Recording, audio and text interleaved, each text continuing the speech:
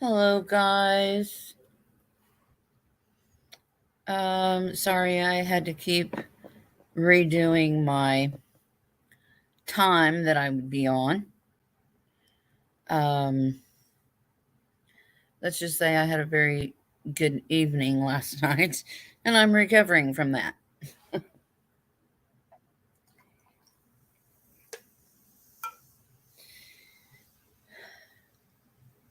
I'll let some people come in. Hopefully, they will. Um, I owe an apology to Marcy Sneed, who told me a long time ago that she believed that Nicole Kessinger was involved in the disappearance and death of Bella and Celeste because a lot of things have came out since then, and I believe it. I used to think that Chris was the worst person on earth, and as most people know about this case, it's very sensitive to YouTube. So I have put up this trigger warning, but I also need to say that a lot of things have come out, and I used to despise this man. How could he? How could he? How could he? Like probably most of you, right? I wanted him to be hung in at the gallows and just tortured or whatever. But I had to see the information for myself to believe it.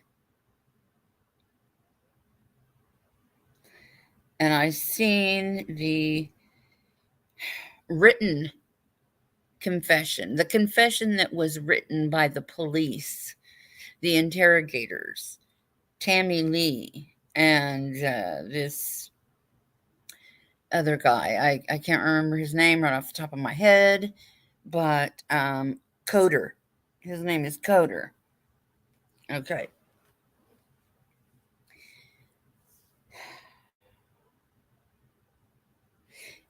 Chris, and I'll show it to you, that he never did admit to unaliving the girls, the little girls, only his wife, which that's bad enough. Okay. I'm not saying it's not. I mean, that was his wife. She was pregnant with his son, their third child, on August the 13th.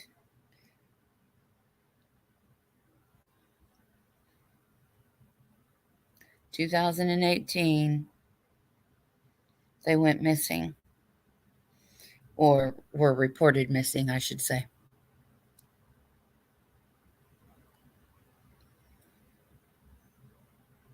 From their home in Frederick, Colorado.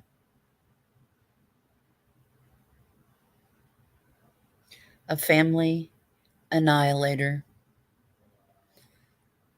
One of thousands. But I will tell you, going back through all the interviews and interrogations, I can see that there is a doubt that he was completely responsible for all three unaliving events.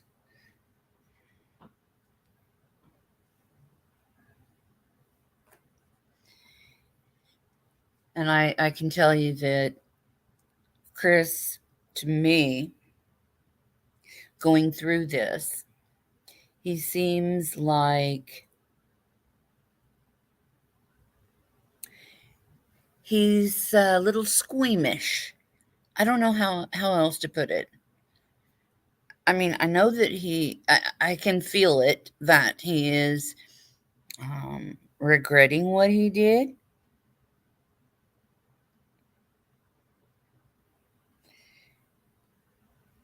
He is not a good liar, and we saw that in the interviews that he did when the police came that very first day on August 13th, 2018. Today is 4 years since this family disappeared. Of course, they were only missing for 3 days because on the 16th of August 16th, 2018, they were recovered. Their bodies were recovered, and a false confession, in my opinion, false confession by Chris was written up by Tammy Lee and Coder.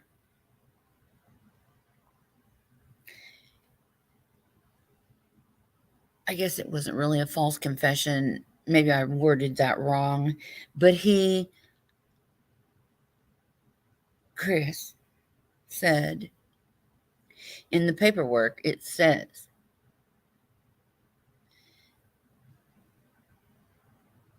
that he disposed of Cece and Bella.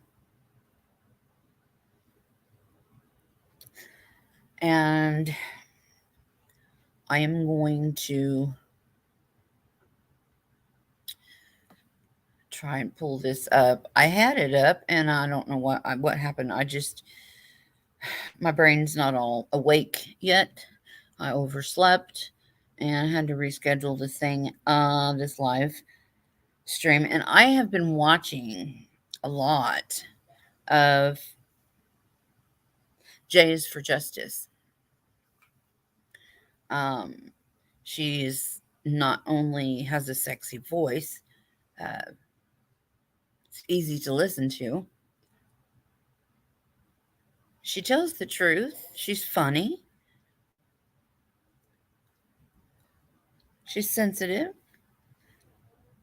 And she gets right down to it.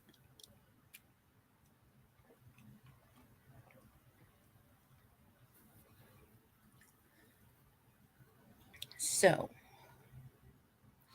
let me. I can't believe this. Let's see. I'm going to try to find this.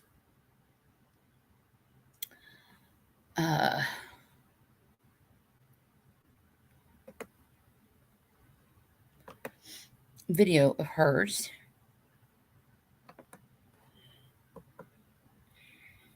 No, don't want that. There we go.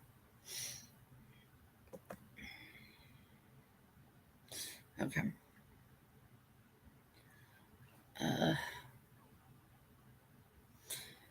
Okay, brain, work.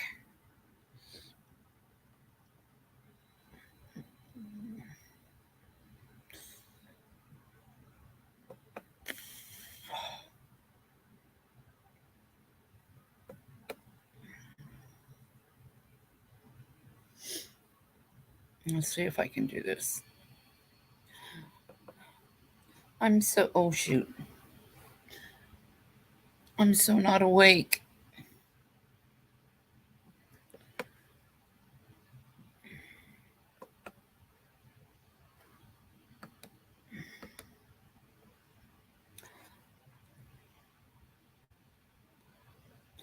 Don't hide chat.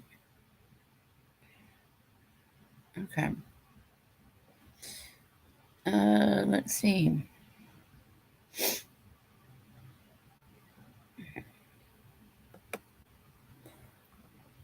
Share screen. Try it again.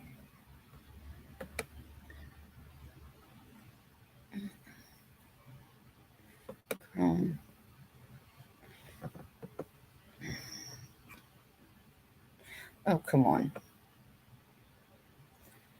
No. All right. Ooh, trippy. Trippy. Okay. I'm wondering. Exit full screen. Okay. I'm going to try and find my history from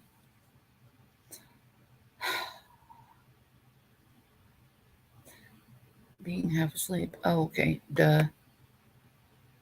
Okay.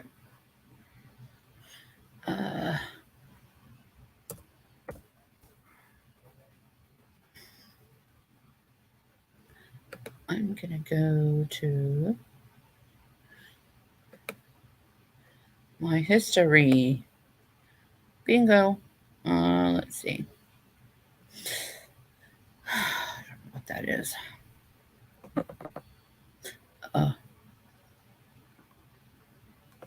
Right here. I think this is it. Nope, not that one. Okay. It would be this one. No.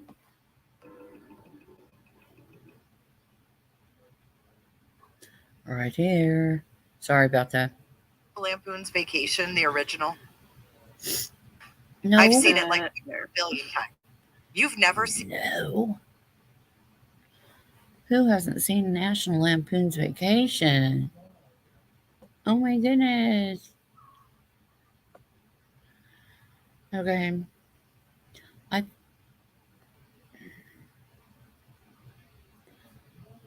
I don't think it was this one. Let's see. It's with blankets and a cooler? Yes, it is. Like, what? I have no idea. Maybe he wanted to go out there to be near them. Maybe. He didn't want to go out there when they were going to retrieve them, but this was But the a day cooler? after. Like, He what might, was that? I don't know, he might have been, like Malagate said, maybe he was taking stuff out there and was just going to stay there for a bit. Yeah, I mean, Food, God drinks. knows what goes through your mind, right? Yeah. He could have just wanted to be Under close all to this them. pressure. Maybe him and NK were gonna have a picnic. Oh, Oh no, you can't see it. I'm just grabbing. I don't think picnic. Well, but blankets, plural. And a cooler. you'll be able to hear it. He could have been planning to stay out there for a while. Maybe. Like he didn't want to be in the house. He wanted to be with his family. And that was the last Weird, huh? And that was after staying the night in the house. When he said that he Cleaning. couldn't do it, he said he couldn't do it. Like he didn't want to be there. And then didn't the neighbor say the lights were on all night? Yep. Yep. Oh, that's so creepy. I just can't even imagine, like, if cameras picked him up that night, if there was, like, footage of that, what that would look like. Probably a lot of pacing and a lot of like, oh my God, what did I do? Shit, right. Oh, Like, yeah. do. Imagine the friends he went to stay the night with. I mean, I literally think that would be a point where a person would have, like, a mental breakdown. You're by yourself. You can't tell anyone the truth because you've lied so badly. Like There you this go. is your life. I'm And And honestly then you think about your family, and you think about her family, and you think about your kids, and you've got these pictures and all these things, toys, books, clothes. I can't imagine. I can't imagine. Your whole life is there, but your kids and your wife aren't. Yeah. He stayed with friends on Tuesday night. He stayed with the Thayers. Yep. So Monday night, he stayed by himself. Tuesday night, he stayed with friends. Yeah. Someone asked with the blankets in the cooler, did they think that he was going to move Shanann? Man, I don't know. With a cooler, though? I mean, there's been coolers.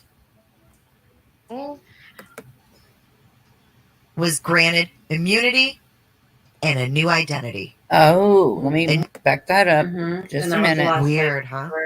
Mm-hmm. And that was after staying the night in the house. Mhm. When he said that he Cleaning. couldn't do it, he said he couldn't do it. Like he didn't want to be there. And then didn't the neighbor say the lights were on all night? Yep. Yep. Oh, that's so creepy. I just can't even imagine, like, if cameras picked him up that night, if there was like footage of that, what that would look like. Yeah, probably a lot of pacing and a lot of like, oh my god, what did I do? Shit, right? Like, Oh, yeah. what do? Imagine the friends he went and stayed the night with. I mean, I literally think that would be. Jay, I'm using this for your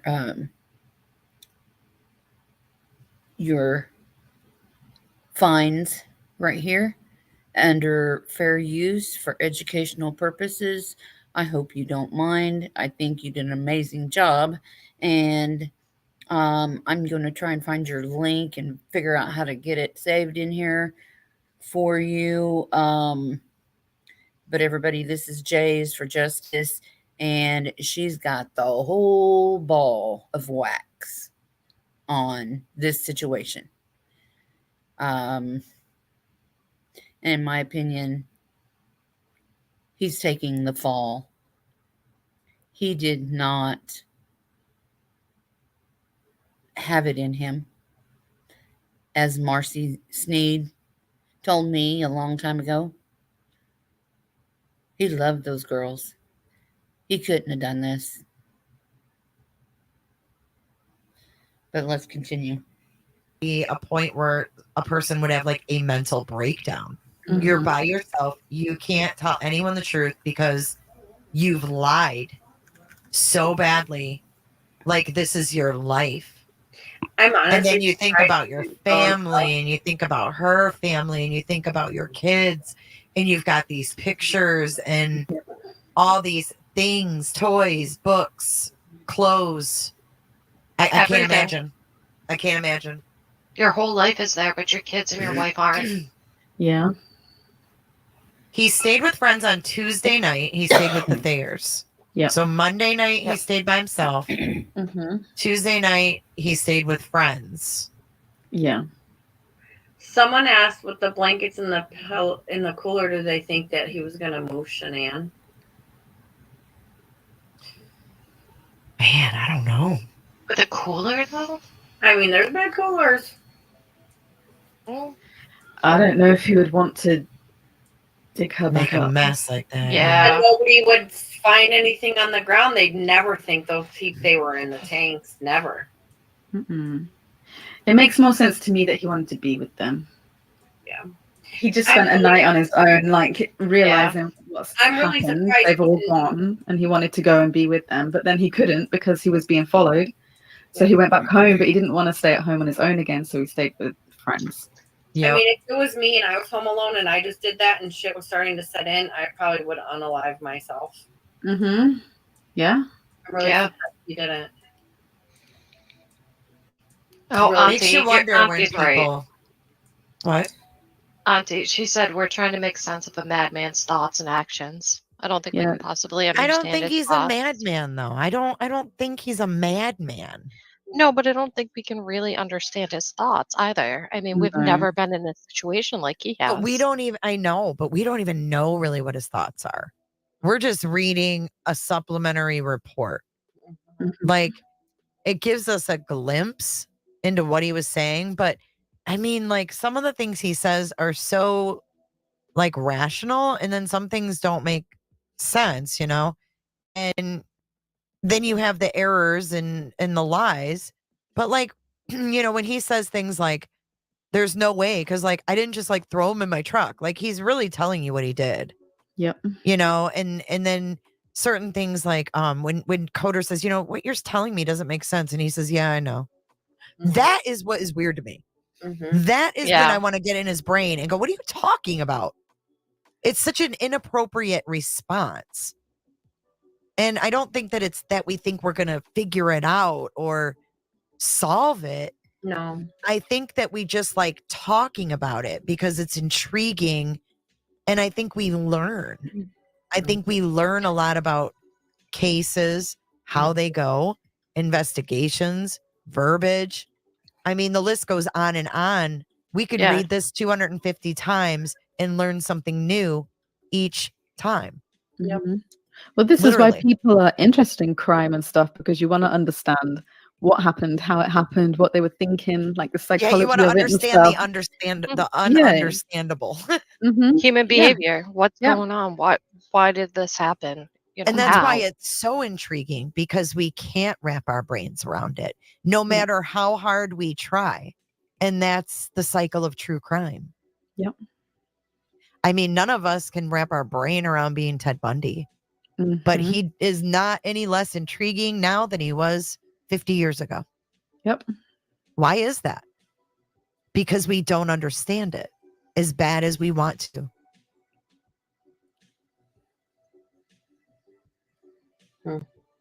We can't that's it. understand.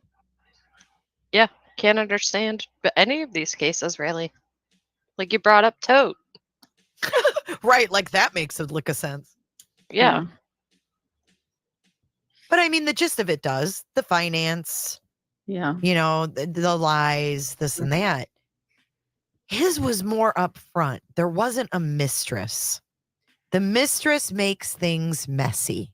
hmm You know, if this had been just Chris, Shanann, the kids, I would say the finances, the stress, all of it got to him and he snapped.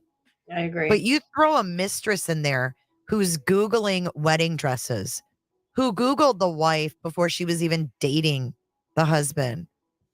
It makes it a lot more intriguing, and literally the lack of answers is mystifying.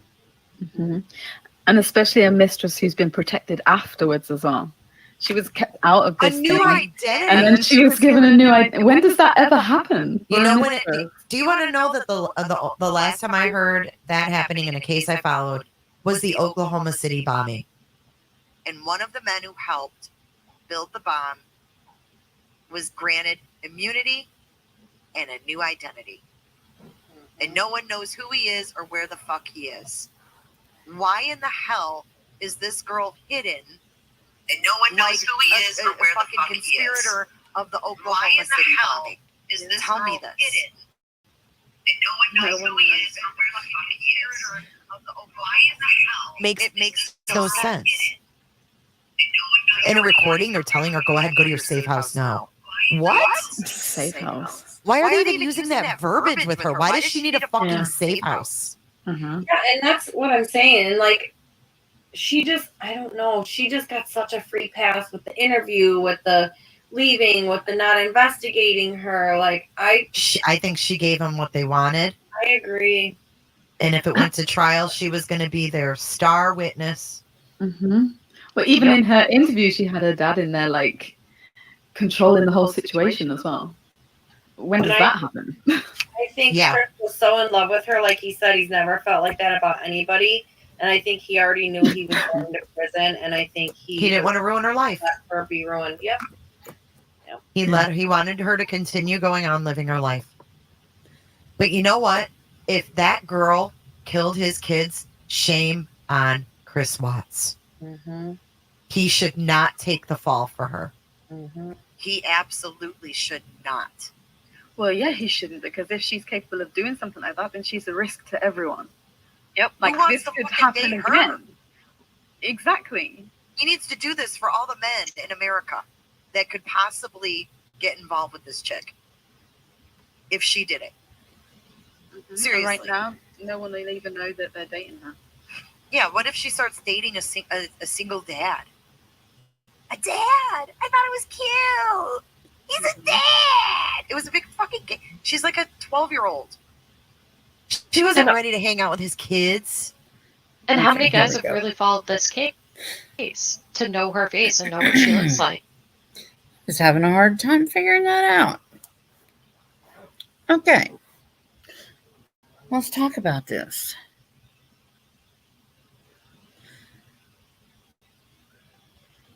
Nicole Kessinger, sorry, was given immunity. She was given a new name. and she got to start her life over. Has anybody seen her interview? The interview she did was ridiculous. She's not a good liar either. However, she is a narcissist. She pressured Chris into this. The things that she was doing to get him single and free and all hers. And there is a point in this interview here that's on the screen that I'm going to try to find for us that pretty much shows you what I was saying. Yeah. And why he wasn't at work. How Nicole was there that night that Shanann came home from Arizona. Her business trip. The last known video of her alive coming home from the airport on the 13th. I believe, from what I've heard and from actually looking into this case, because I never really looked into it before, I just knew that he was a family annihilator, and I didn't like him because of it. Because that is one of the most evil things anybody can do. So, I'm going to try to find it as we listen here to J is for Justice. She's got all the dirt on her channel about this case. Work. And he sent our pictures. Prove to me. Yeah, She said- this is another backward story. She said she left work at 3 p.m. according to her time card. She returned home to a good friend, Jim. She called Jim at 6:30 in the morning, remember? So she returned home and his ass was there. Mm-hmm. She refused to provide his last name and said he does not know anything about this event and does not know Chris. So they just took her word for it. Mm-hmm. Jim was at her guest house on Monday, or was her house guest on Monday. So while Chris was at home cleaning, Jim was her house guest. Mm-hmm.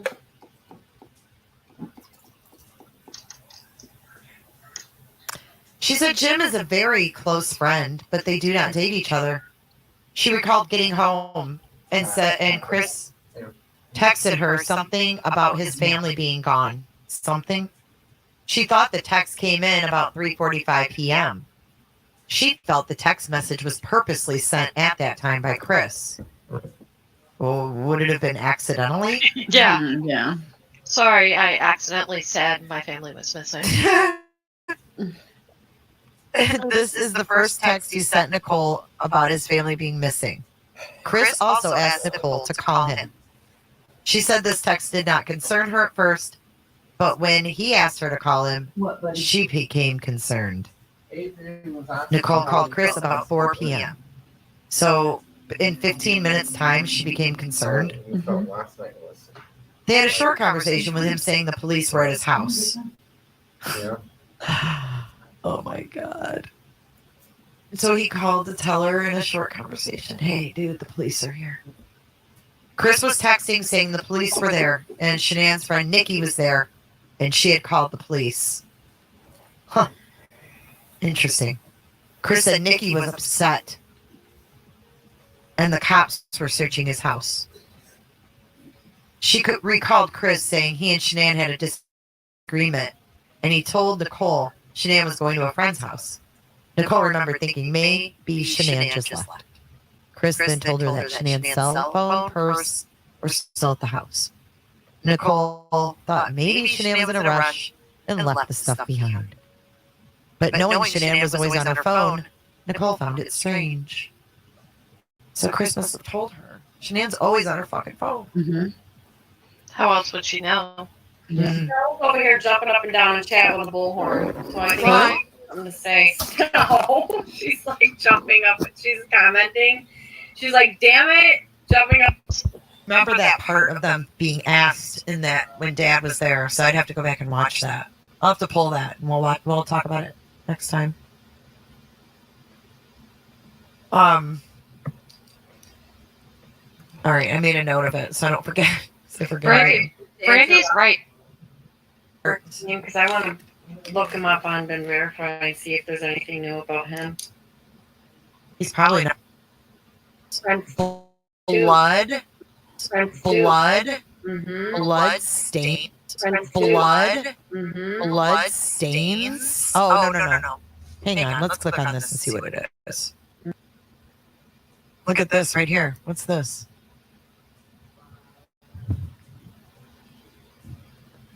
Why are there random coordinates thrown in here?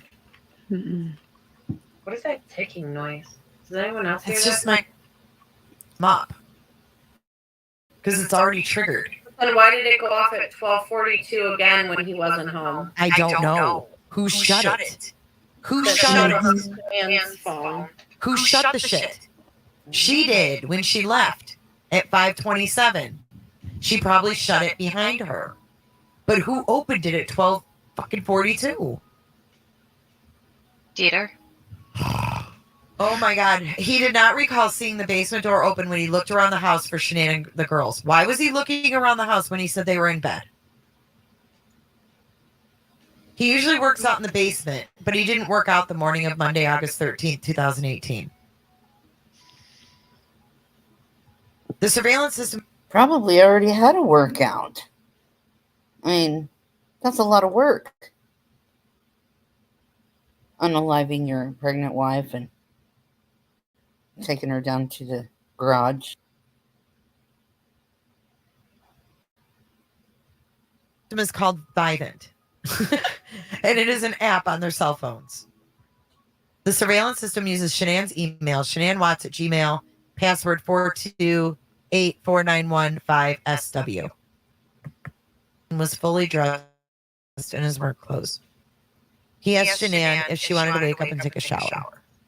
Shanann said yes, and he asked her if they could talk a little bit. Shanann agreed, so he told Shanann they needed to sell the house and downsize. Their mortgage was $2,700 per month. They lived in their home since May of 13. Shanann had already contacted the realtor the week before. He suggested they get a less expensive house in Brighton or North Glen. He told Shanann he didn't feel a connection with her any longer. He told Shanann the relationship wasn't working, and the love they had for each other in the beginning was gone. Shanann cried, and it was very emotional. Shanann was upset, and she asked him if there was someone else. He told Shanann there was no one else, and it was just him talking to her about their relationship. Quote, "This isn't like somebody came into my life and took me from you. There's no outside influence coming from this." Oh, okay. The amount of time that he got there till when they came out there. There was no way. I And he didn't wasn't- realize it was only that amount of time. Yeah. Like, He wasn't I just thought he doing got- that either, because he was messaging and emailing stuff in that time as well. And I said, and not a beat of sweat on him. Like, and they show up, and that's why I was like, there's no way possible. No way possible. It had to have been pre-done, and it wasn't that morning. If it was pre-dug, it would have been a better hole than that. I don't think it was pre-dug. I think Well, there's no way. in it hell was. he She did was it only partially in there before he because he ran out of time. Well, It took yeah, long to no. put them in those tanks either, though. to go up and down, carrying them up and down. No. No, it wouldn't have taken long for him. I don't think it would have taken long. I mean, they were little. Dude, he was fit. He And was he's fit. strong. Didn't Yeah. throw up. And also the adrenaline and stuff as well. Oh yeah, for sure. And he For You're sure, good, Drew. Juby. I'm trying to find something. You're gonna go out. Yes, she heard G-O. Oh, bless her. Simple stuff. The other one had a dog. That was nice of her. Oh, why am I doing this? I don't know. I think you were meaning simple stuff. How do you make it closer? Sort by date or plans. He wasn't, Yeah. but Yeah. she thought they were going on a trip. Mhm. Mhm. And then it says the girls were, Watts said they were good and drinking a shake. These are their texts. Shanann replied, miss you guys, give them kisses for me. Watts said he would, and Shanann told him to have a great day. He reciprocated. Shanann asked how the girls were. I see it's backwards. Josh asked, and then they get this Josh guy involved, and they've got Josh, that Cassie's husband, texting Chris, everything okay, dude? That same day. All right, I can't do this no more. My brain's hurt. I gotta shut it down. I got to shut it down. And I haven't even seen There's Jay. Of course, I'm not going to go No. there. And Not Jay. he went to a ball game with his friends, but then I looked on, their banking, and it was he spent more money than than he should have for his own meal. A burger and a beer should have been at the most, $25, $30 or something, and it was like $60-some. Did she say what ball game he went to? A Rockies game. Okay. And what night was that? That would have been yesterday, I believe. I'm pretty sure it was.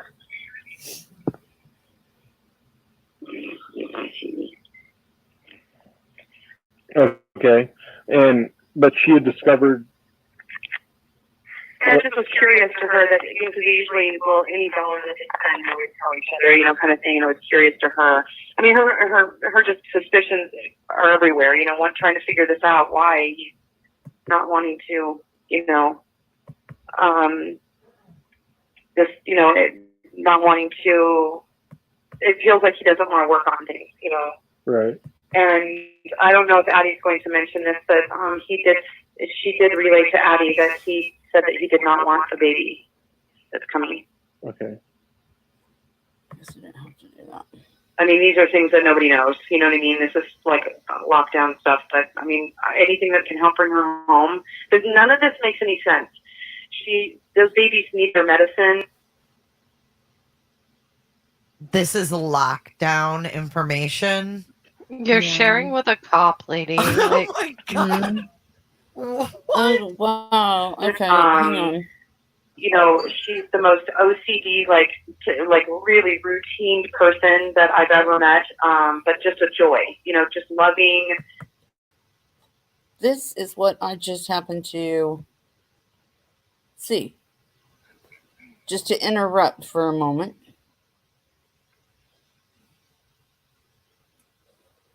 Good afternoon. I'm Angela Musala, Public Information Officer with the Placer County. Okay.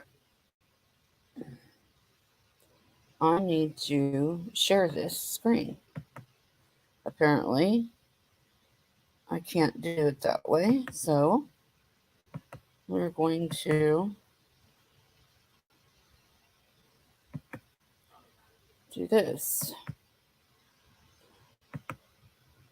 Let's see what's going on here.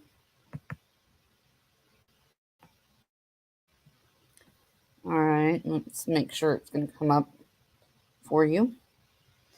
And just to interrupt, let's go. I'm joined by our local, state, and This federal is the latest agencies on today Kylie as we Rodney. continue Search Day 7 for Kylie Rodney. To date, we've dedicated over 9,000 man-hours for the search for Kylie.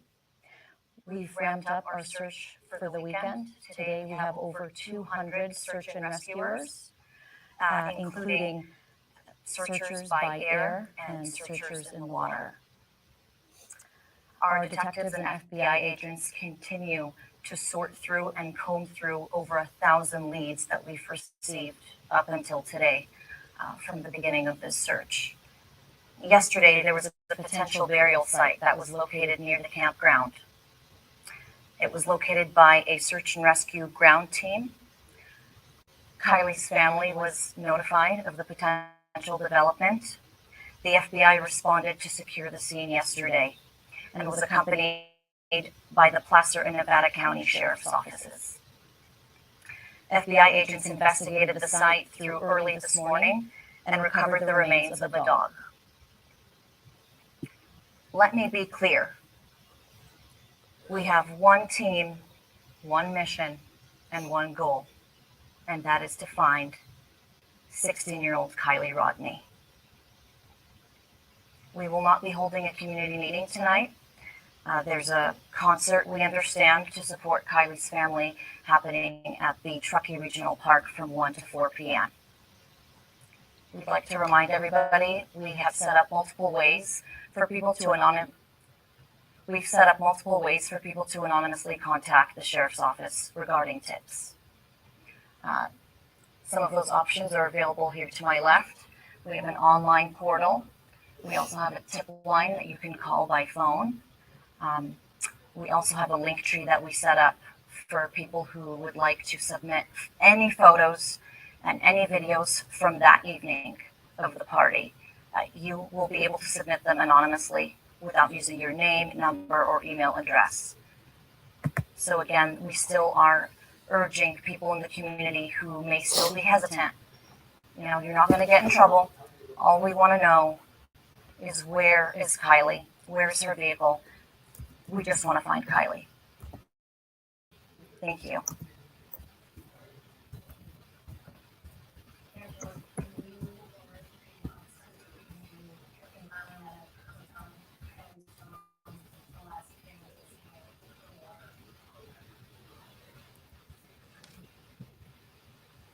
Yeah, the ping for the data points and everything were near the water. It's hard to tell an exact pinpoint or anything like that. I don't know if I'm still in that Just as right. much on land as it was.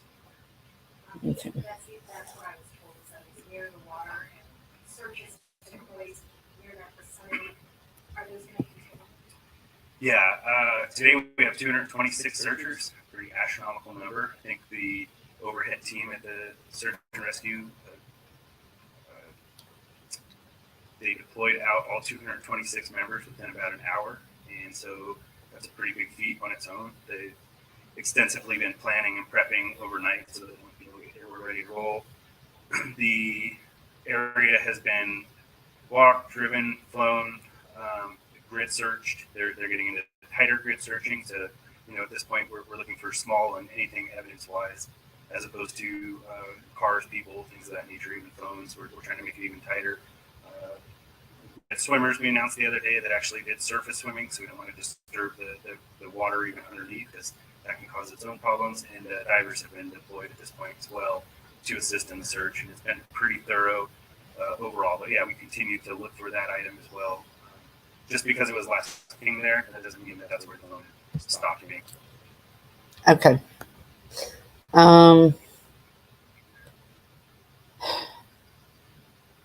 That's good news and bad news on missing Kylie Rodney.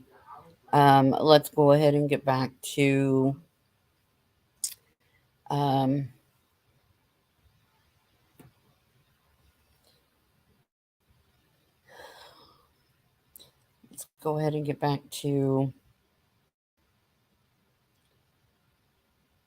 the Chris Watts case.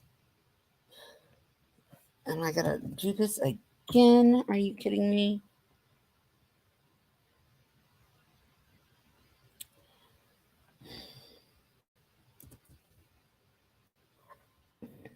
Oh, shit.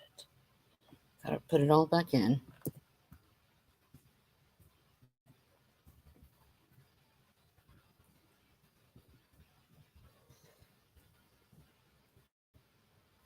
Okay. Oh, Nicole Atkinson. Yeah. If it wasn't for her, I wonder how long all this would have taken to realize that Shanann and the children were missing. I wonder about that. She was a hero in this, in my opinion.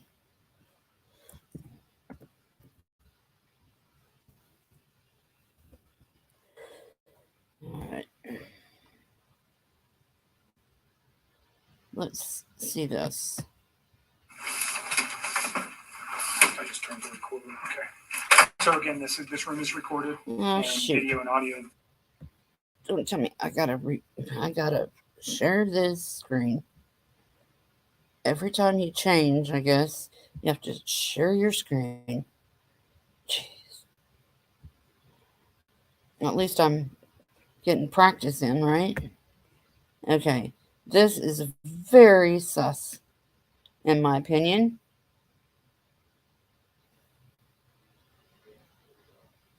Okay. All right. See, I do exist.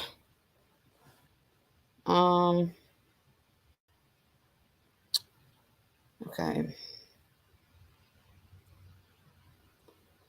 Let's see. Oh, shoot.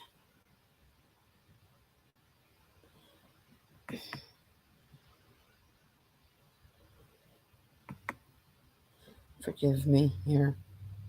No, I don't want to take it off.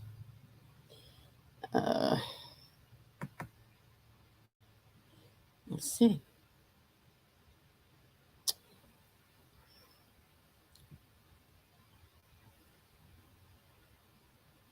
Well, come on.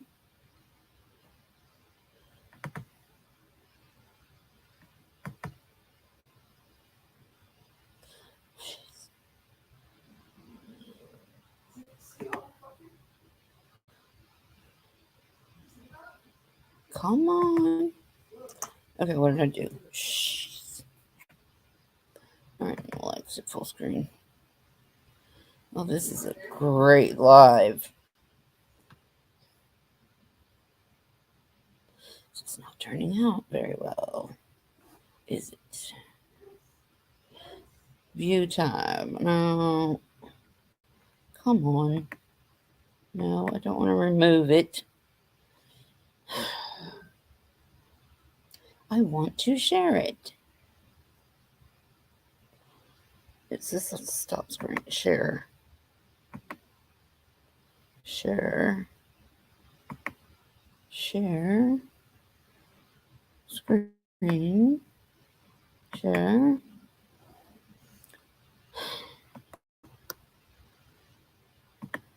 Hey, Chihuahua.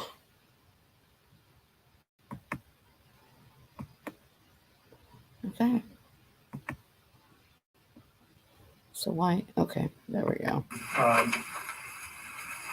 We introduced ourselves in the lobbies and earlier, so we're just going to do that again real quick. My name is Kevin Kovac. I'm with the Colorado Bureau of Investigation, and we're assisting the Frederick Police Department with this case involving Chris Watts. And this is Tim Martinez. Why is her father in there? She's an adult. She should not have had anybody in this freaking interrogation room with her. She's not a minor. Go away, Daddy. Sir, if you just introduce yourself. Dwayne Kessinger. I'm Nicole's father. When was your birthday? November 3rd, 1958. And home address for you, sir?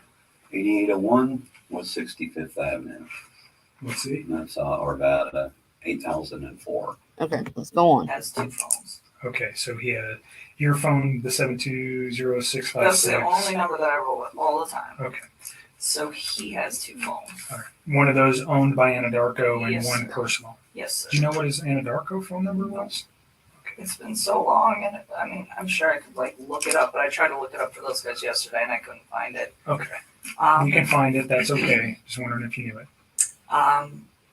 But at that, It's been so long. No. The date on this is 8/16/18. This was the day that they were found. They were only missing 3 days. Come at on. that point, we just like took it to his phone because I just felt it was like better that way. And we just continue to talk, and then Let me go back to the park. Where's the park? it's like down the street from my house. It's called East Lake Number 3. Your house Yes. in Northland? Yes. And that was in the June timeframe. Yeah, or like the beginning of July. It was like right around my birthday. It's like so sometime at the very end of June or the beginning of July. Okay. And that's the first meeting you had outside of work. Yeah.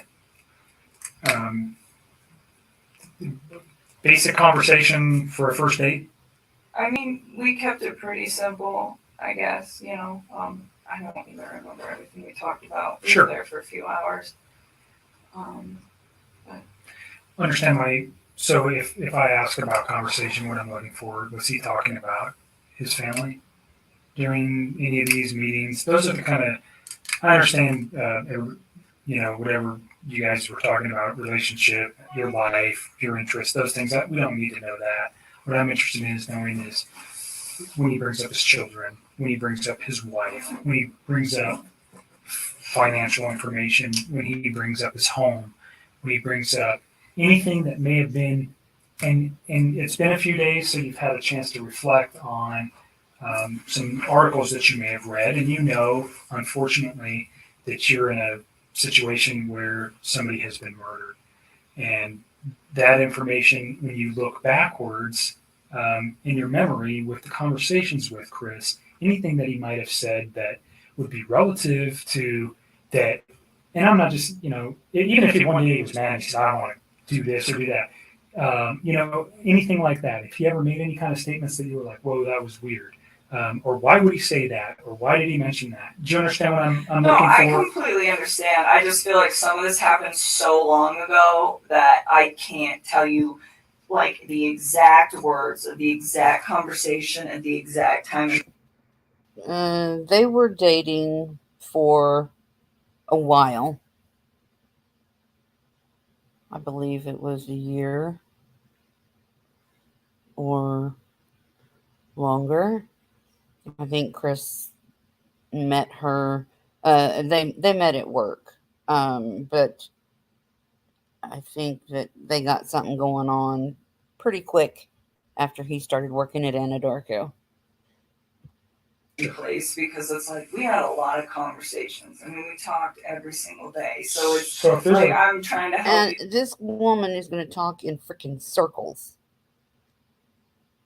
which tells me she's full of crap.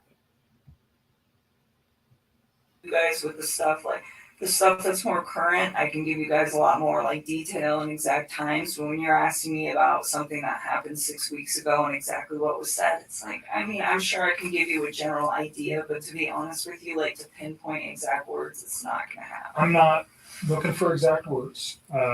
Just more.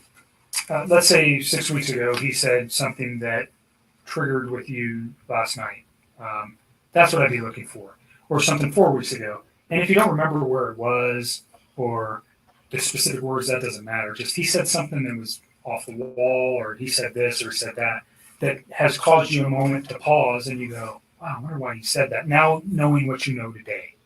Do you understand where I'm going with that? I completely understand. And to be honest with you, I mean, there were several discussions that we had about his current relationship and where it had gone and what it had caused.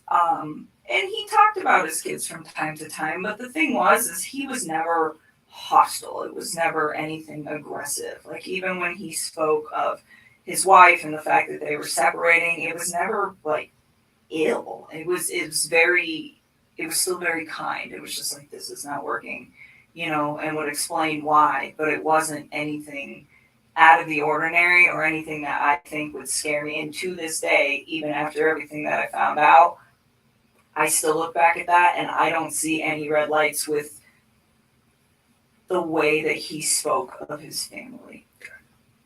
Can you just Nicole, they're red flags, not red lights. And you are a red flag. describe his overall demeanor over the 8, 10, 12 weeks that you guys knew each It other? wasn't that long. It was like 6 weeks that we were hanging out. I guess we knew each other longer. Okay, but you met him in the office, and just his overall persona. Who was he aggressive? Was he mellow? Was he calm? Was he outspoken. Who was Chris? I think he's an introvert. I would consider him to be like a pretty, I don't want to say he's a very reserved individual. I think he's probably more reserved around other people. I think he emphasized to me that one of the reasons that he really enjoyed talking to me is because he felt like he could get out of his shell. He said around most people, he just like didn't really feel the need to like talk and converse. And it wasn't just in his home life, just in general. It wasn't something where he's an introvert. And I said with me, it made him feel like he could really just start talking about things that excited him. And I think a lot of that had to do with the fact that we had things in common. So with me, I think he was a little bit more outgoing, but even then, I would still consider him to be an introvert. I mean, not on the extreme end. If an introvert went to like 1 to 10, I'd put him at like a 4 or 5. So on the lighter side of introvert. Pretty even keeled. Yes, like really relaxed, like all the time. He was never really like worked up about anything. Just Mellow, chill, easygoing guy. Very much. Okay. And he was that way with you. Did he ever have any kind of? Did you guys ever have arguments? I mean, pretty short relationship. No arguments during that time. No. Did he ever lose his temper at any time? Never. You guys never had a yelling match? No. So you never saw him upset or mad? No. And there was a couple. He was not a violent man. From the people that I know that knew Chris and Shanann,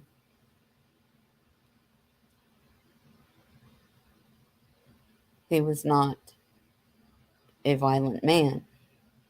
He was a simple man. He would have walked away, but he was pressured. And this is his accomplice who cut a deal and walked away with a new name.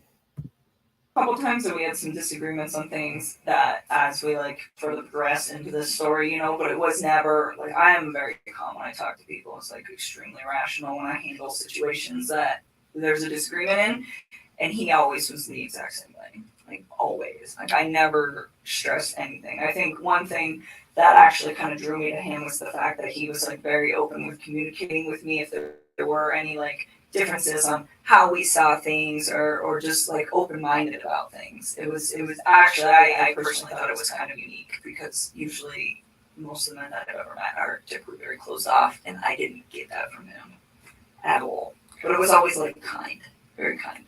So no sense that this guy had a temper or was aggressive or he never lost his mind and yelled and said crazy stuff or anything like that. Okay. So can we just kind of go back to your relationship? You say you guys had a lot in common. What was that? Well, I mean, like we're both really into fitness. I think that's important. It's a lifestyle. Let's skip that. Courtesy for the phone for what was that guy's name? Don. This gentleman. Oh. Third P. I just met him today. Do you want to do the phone? I forgot about that. For TPD. It's not for them. They're doing it for us. Yes. We don't have the equipment with us to do it, and I asked them to do it for us. They're not involved in this investigation. He would just be a computer person. He would not be looking at any of this stuff. That would fall to myself. So keep that in mind. He's not involved in this investigation. Thornton PD has nothing to do with this, other than letting us use their facility and helping us with some electronic download. He's not going to look at your phone right now. He's going to put it on a disk and they're going to give it to me. Gotcha. I really want to help you guys. I do. I feel like this whole thing is just going to be crazy regardless of whether I give you my phone or not. I mean, that's kind of how I look at it. Like it's Red flag. Don't want to give up her phone. happening. It's going to happen. Well, the text reiterate what you've been saying all along, so it's not like. Well, they do. That's the other thing too. I mean, that's kind of a good backup. Yeah, I'll I think you hit the nail right on the head. There's reasons why we want everything. It validates things that we know. I'm not going to come out and tell you that If you tell me something today, we'll validate it with your text messages, whether it's the ones we have now or the ones you're going to give us. Certainly. If you want to go get him, I want you to read this. Is what I want you to do before you decide that. Okay. well, the second time I went to that house, I'm not sure what day it was, but it was the weekend of the 14th. Of August. July. I don't know if it was the 14th or the 15th. One of those 2 days. But we had went out and we stopped there just real quick on the way back. And we were there not very long. But that time I saw a picture of his wife and one of his kids. And I remember thinking to myself, like, wow, she's so beautiful. And I like took a step back and I was just like, this man has a gorgeous house. He has beautiful babies. He has a beautiful wife. He has an awesome job. Like, why would he want to leave this? And I remember talking to him about it. And that was the first time that I tried to actually say, what do you think about not separating from your wife? Like, what if you really try to work on this? And he had expressed to me that we've tried to work on this and it's not working. So that is why we're separating. And I spent some time, like, just, you know, kind of, because it almost made me feel bad, where I was, like, to the point where I'm engaging in a relationship with a man who, the way he described it, is in a contractual agreement, but was not in, like, an emotional relationship with somebody. And for me, the way I would have preferred to do this is to avoid it till that contractual agreement. Morals. He is still a married man. You work out your life, you get your shit together, and then down the road, maybe we'll talk. But you came in between Chris and Shanann. You are the one who pressured him. You are the one, in my opinion, allegedly, took out those girls.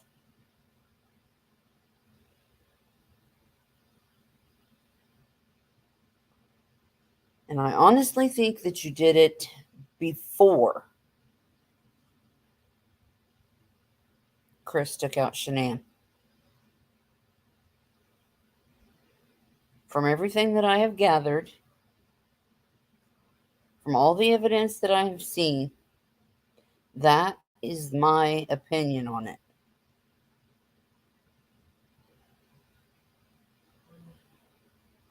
You just don't mess with married people. Period. Agreement was also done, and he was done. And he could have approached me and said, I'm just had a divorce, you know, maybe we could take this slow. What do you think? But instead it was, oh, we're separated and we're working on a divorce. And that is the part that I feel bad about, because I should have waited on that and I didn't. And, you know, I was just like, well, they're already there. So, you know, but then being in that house, I was just like, why? Fix this. Find a way to fix this. Make it work, you know? And yeah, right. And we'll come back to that real quick. I want you to read this. If you don't understand what it means, then ask me the question. But basically what it says is you have the right not to look. Did you notice how she was deflecting? I'm asking you to look at your phone for the purposes we want. Talking circles real quick. And extending her excuse, trying to rationalize what she did. No.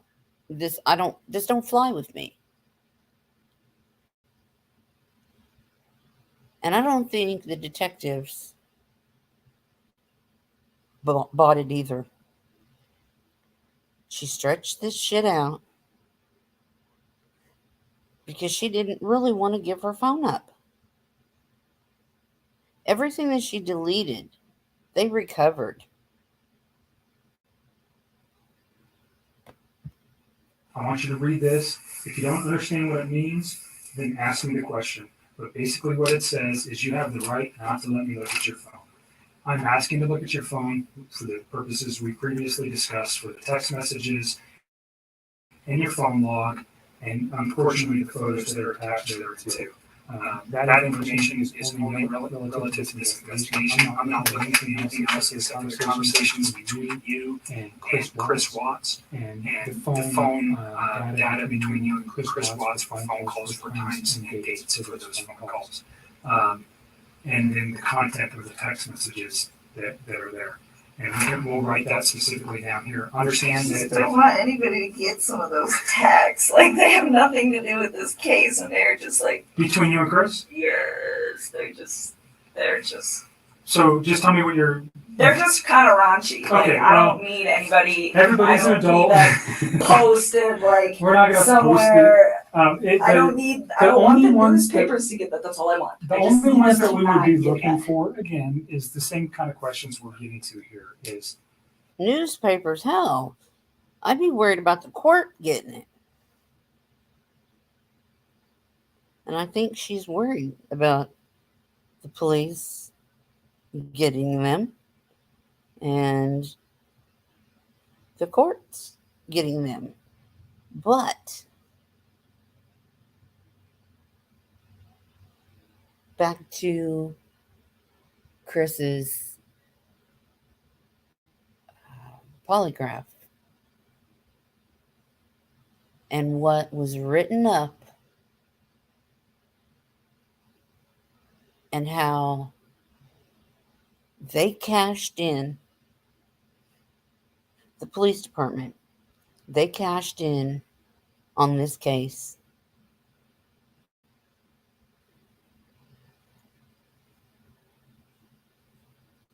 Tammy Lee moved up. Cowder, whatever his name is, moved up. They made a lot of money off of this. They made a lot of money off of this case. It was an election year, apparently.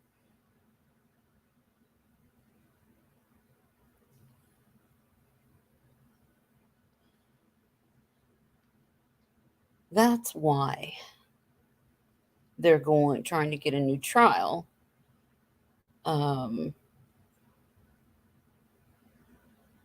It's crazy. Because I was thinking, why are they trying to redo this case? And I thought, no, he's a killer. He needs to stay in prison. He needs the death penalty.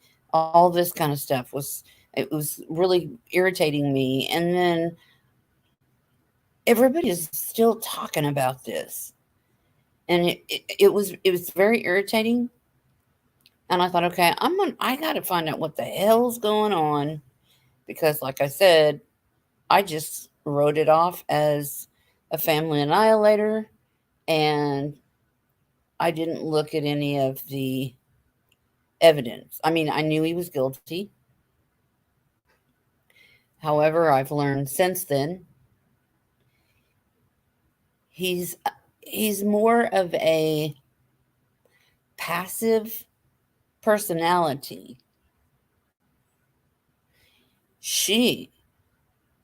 Nicole, is more of a aggressive personality.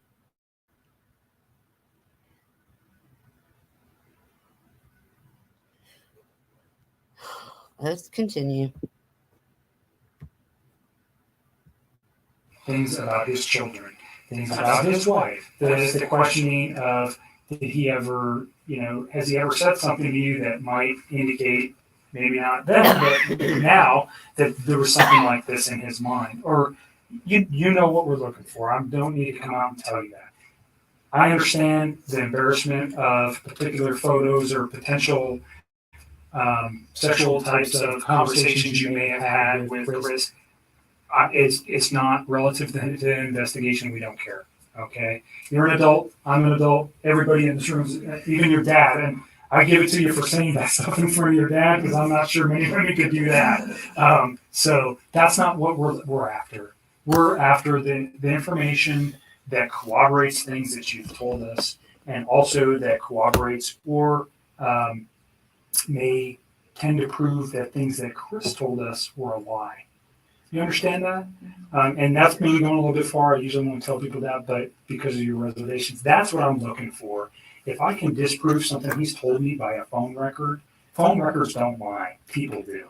Okay? So if I can disprove something that may be important, that's what I need it for. I'm not saying I can. Has it happened before? Absolutely. Is it critical in cases that I've worked in the past? Yes. So that's why I want it. Okay? Again, you don't have to give it to me. You can tell me, I don't want you to have it. Go get a warrant. I'm not even going to tell you if I go get a warrant, try to get a warrant right now. I'm just asking for you to consent. And again, we can write right here what you're willing to give me, which is the text messages and the phone log. And unfortunately, again, the attachments on some of those text messages. And I'll write it on there, and then you'll just sign it. Okay? Do you understand the questions there? Do you have questions about any of the things that it says? You understand you don't have to do this. You're doing it of your own free will.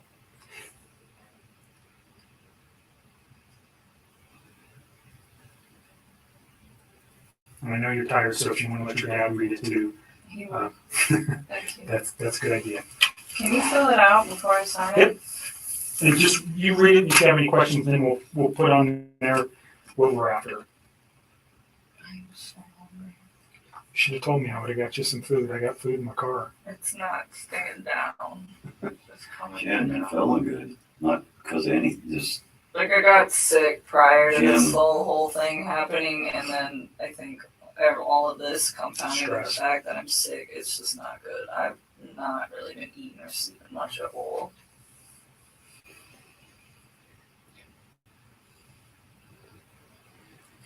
yeah.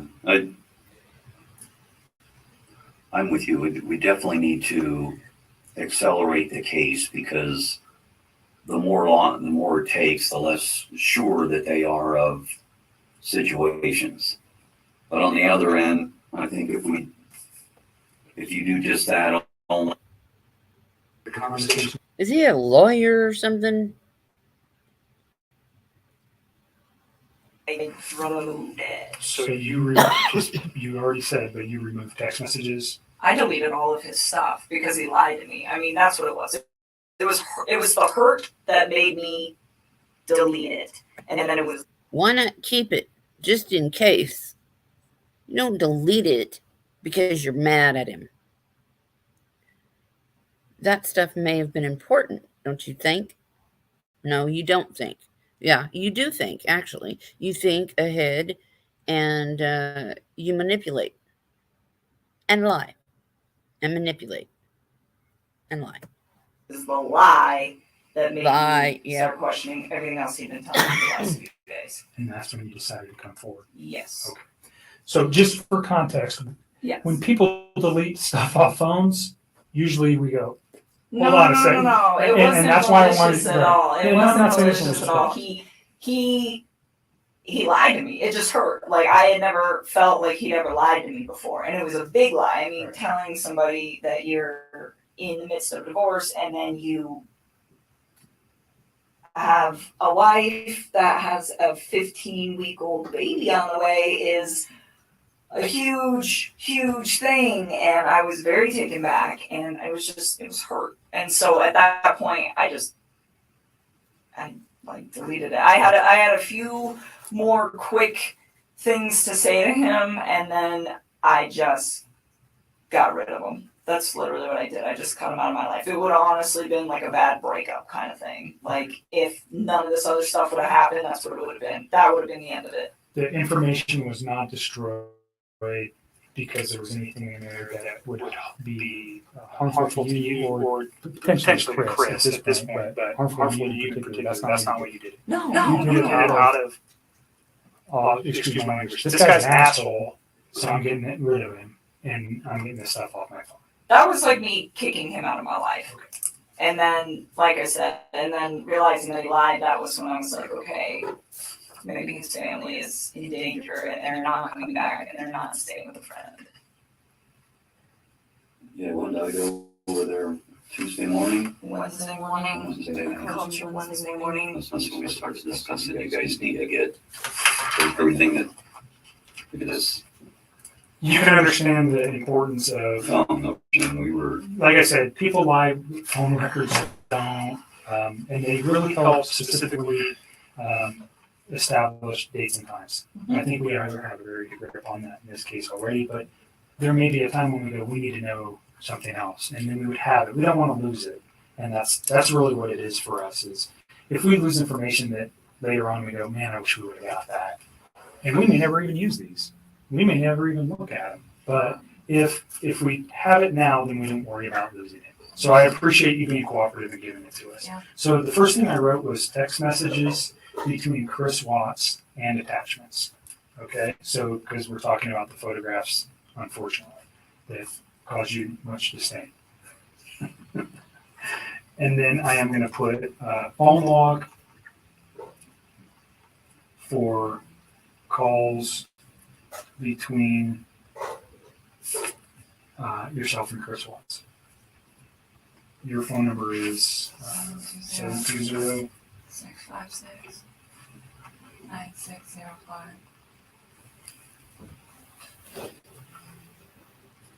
I don't believe this girl. that's his notes. And make sure there's nothing written on the back. There's none. I checked before I read off. Let's go back to North Carolina. Okay. He went to North Carolina and he was trying to rehab his marriage with his wife. He Do said you know he her was- name at this point? Yeah. Okay. Are you okay saying her name? It's Shanann. All right. And do you know the children's name? Yes. It's Dawn's. Okay. She went by, they called her Cece. All right. So he went to, were they in North Carolina They were already already? there. If you want something. I'm on my stomach to do that. Yeah, they were already out there. He just flew out there to meet up. Do you know why they were there? They're all from there. Okay, so they were there. They were visiting her family for the most part until he got there. And then they still were mostly visiting her family. Okay. And do you know how long they had been there? A while, like weeks. All right. And he flew out to join his family there. Yep. Do you know specifically where he flew to? What, airport? No. What city? No, not off the top of my head. Okay. I'm sure if I thought real hard, maybe I could think about it, but I didn't come up with it. No, I don't know. All right. So he goes there. You said it was like the last week of July? I think so. I think it was like one of the last days of July. I'm almost positive. I think it was a weekday. Okay. Yeah, he flew out there, and I thought I had like convinced him to like try to make peace with her. And I was like, if you guys work on this, like, I'm out. Because what's the point? Like, I'm not trying to be with somebody that's in another relationship, which I know that sounds silly given the whole relationship that we had in the first place, but I really was under the impression that they were separated. I mean, it was like reiterated to me so many times that that's what I thought it was. And it made sense to me too, because like he could pretty much call me whenever he wanted. Like I was the one that would tell him like, hey, when your kids are awake, you need to spend time with your kids. Like do that. And then after they go to bed, Trying to make herself look good. That's what she's doing. That's exactly what she's doing. Oh, I'm Miss Hoity Toity. I want you to be a good dad and blah, blah, blah, blah, blah. She's doing this for a reason. like if you want to talk to me, you can talk to me. It was never like this super restrictive thing. Like sometimes That's why she was looking for a freaking wedding dress and getting him an apartment.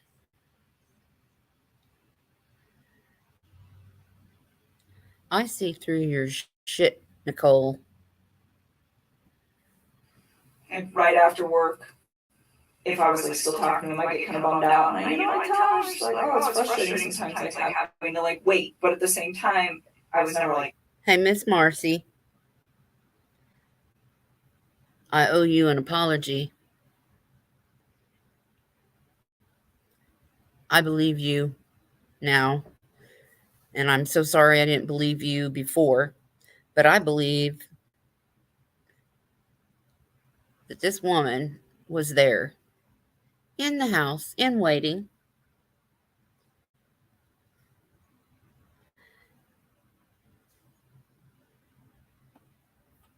And I believe you when you told me that Chris did not have it in him to hurt his children.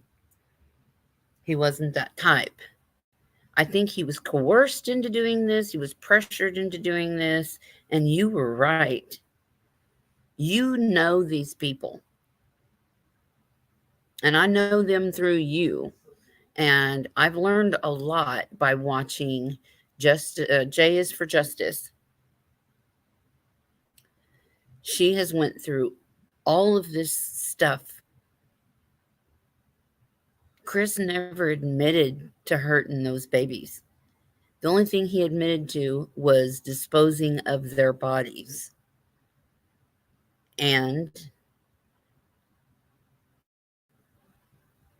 unaliving Shanann and Nico. And he regrets it.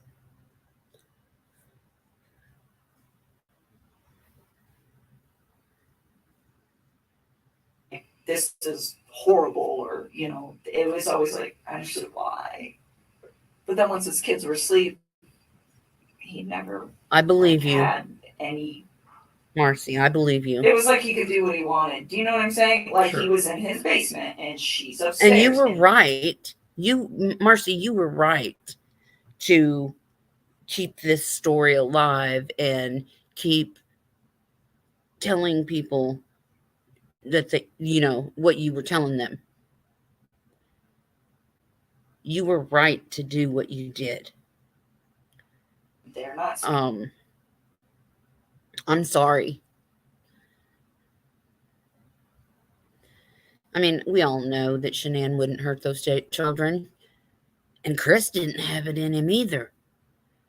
But Nicole Kessinger did. She did. She wanted him bad enough. She's like, oh, that's okay. I'll take care of the kids. They're not her kids. She's not attached to them. She doesn't know them. But she wants Chris. But then once he gets in trouble, she turns on him. She lets him take the whole blame, and he does.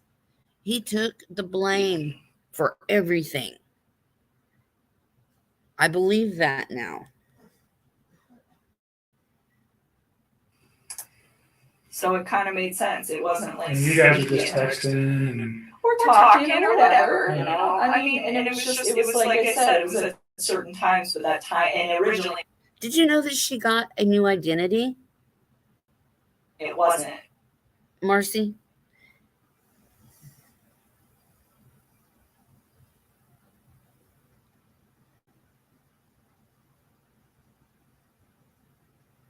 I don't know why she set her sights on him. No, I don't. I mean, he was nice looking and everything, but he But it didn't. was me that put that time frame He on didn't there have this in because him. I thought she hung out with kids. those 2 times you were at his house, did you see evidence of that? And him living in the basement? Did he ever show you that area? I've seen. I don't think he slept in the basement unless she was there. That was their little love shack down in the basement. That's my opinion. What do you think, Marcy?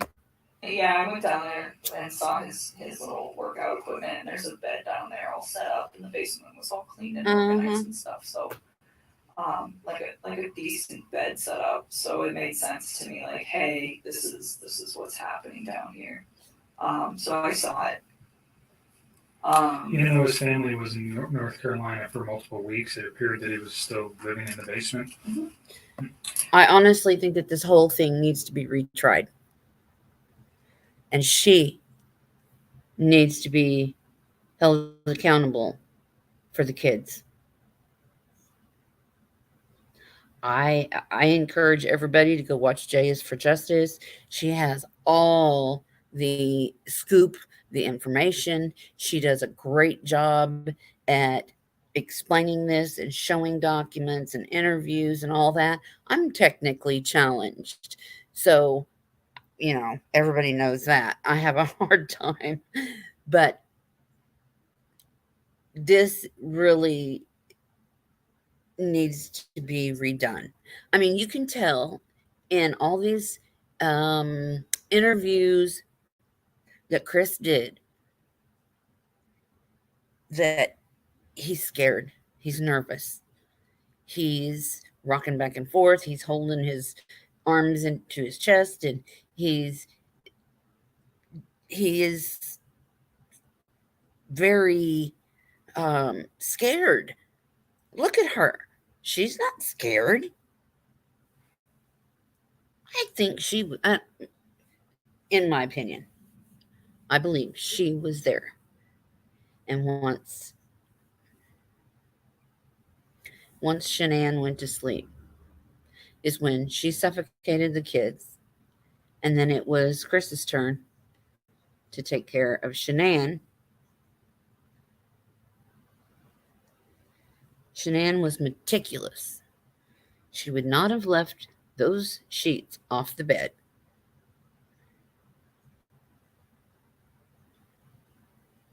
Everybody has seen the house, how she kept everything organized and labeled and clean. She would not have done this and then left the house with no shoes, no phone, no purse, and none of the kids' medicine. She would not have freaking done it.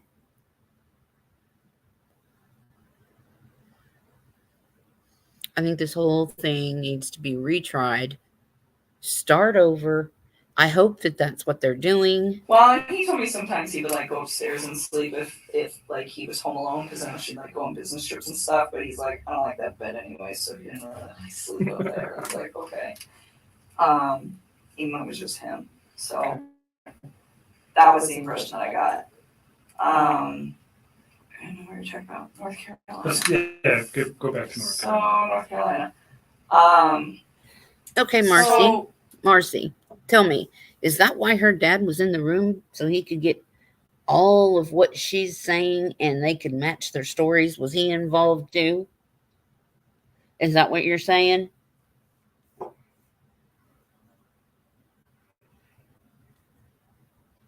Yeah, it was a beautiful house, but they were living beyond their means. They didn't need all that stuff. They could have bought a 3-bedroom house, 1 story.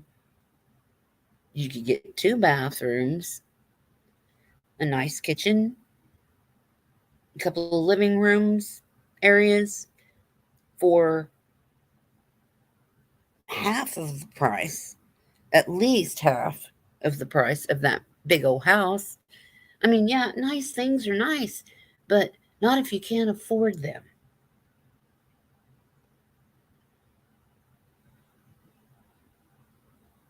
There is a lot of stuff that's concerned me since I've been watching this. Since I've been watching Jay is for Justice and going through all this stuff, listening to what she's found out. And Tammy Lee has a big wealth and gotten famous for this case. She has. Dr. Phil said she looked like Shanann. Nancy Grace said, don't put her in the same class as Shanann. Oh, no. I've been digging myself. Okay, good. I really hope that this case is retried because Chris should not have taken the fall for her. When he got sentenced to 3 life sentences plus 83 years, this woman, Nicole, was outside of the courtroom waiting for him to be walked down the hall, and she smirked at Chris. This is what I learned on Jay is for Justice. She smirked at him and said something to him. And I cannot believe that she was allowed to be anywhere around him. It's like, I got away with it. And I put all the blame on you. This here is an evil woman. Crimes are not always committed by men. Women can be very evil. Why she did this to him is beyond me. She wanted Shanann's life. She wanted to be Shanann. She wanted the big house and the kids and all this stuff. I don't know, but this just blows my mind. He still made very frequent communication with me when he was out there. And at one point, he told me that they sat down and they talked about it. And he told her that he wanted to either fix things or like to try to fix things. And if she didn't want to fix them, then they needed to like move forward with the separation and like actually file for a divorce at this point was the impression that I got from this and was what he told me. And I think the reason why Chris may have wanted this separation was not only because of this person. I think it was because he was under a lot of stress with bills and money, because I've heard he was very good at saving money. He was very frugal. He didn't need the fancy things that Shanann did. They filed bankruptcy several times.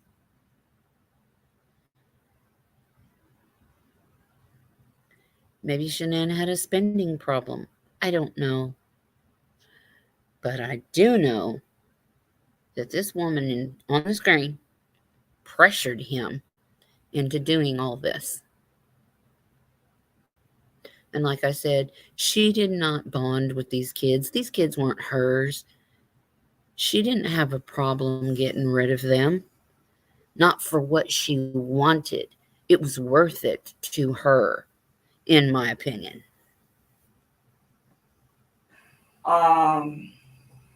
He said that she was like pretty receptive to just not trying. He was like, she seemed like she just wants me to go. He's like, when she has her mind made up, she has her mind made up, and that's what she wants. And he's like, she doesn't want to try anymore. And he's like, and neither do I really. And he was like, it's done. And he's like, and then the next day, I don't even know what days these were. Sometime when he was out there, he told me, we're putting the house up for sale as soon as we get back. And I was like, well, that was quick. And he was like, it's her. She's ready to go. And I was like, okay. Marcy, I love you. I am so sorry that you've had to endure all this.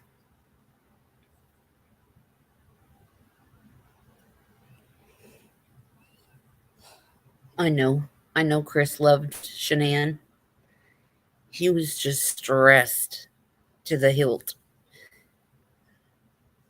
And then she comes in and manipulates the hell out of him, in my opinion. And Tammy Lee got rich off of this case. It's very frustrating. And so I left it at that. And then he got back and I started asking him, like, what are you going to do? Because the Colorado housing market is fire and you guys are going to sell this house like real fast. And I'm like, you need to start looking for a new place to live. And I'm like, where do you want to live?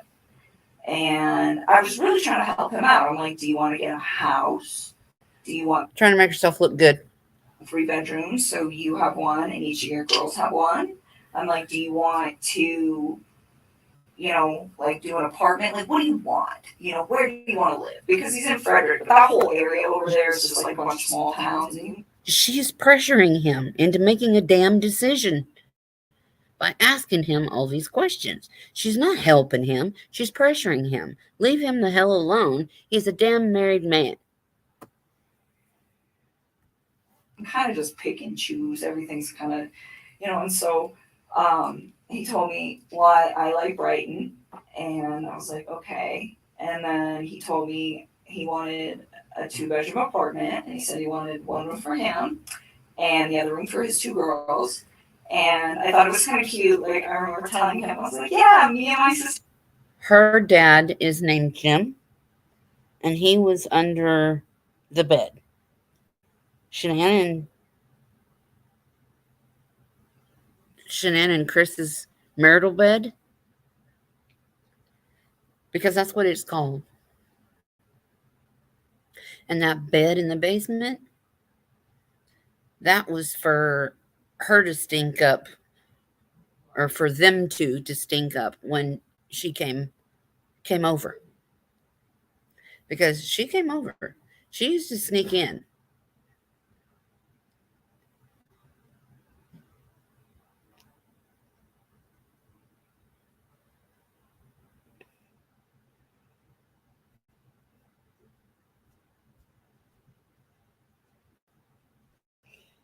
Marcy says, I mean, she met him in June.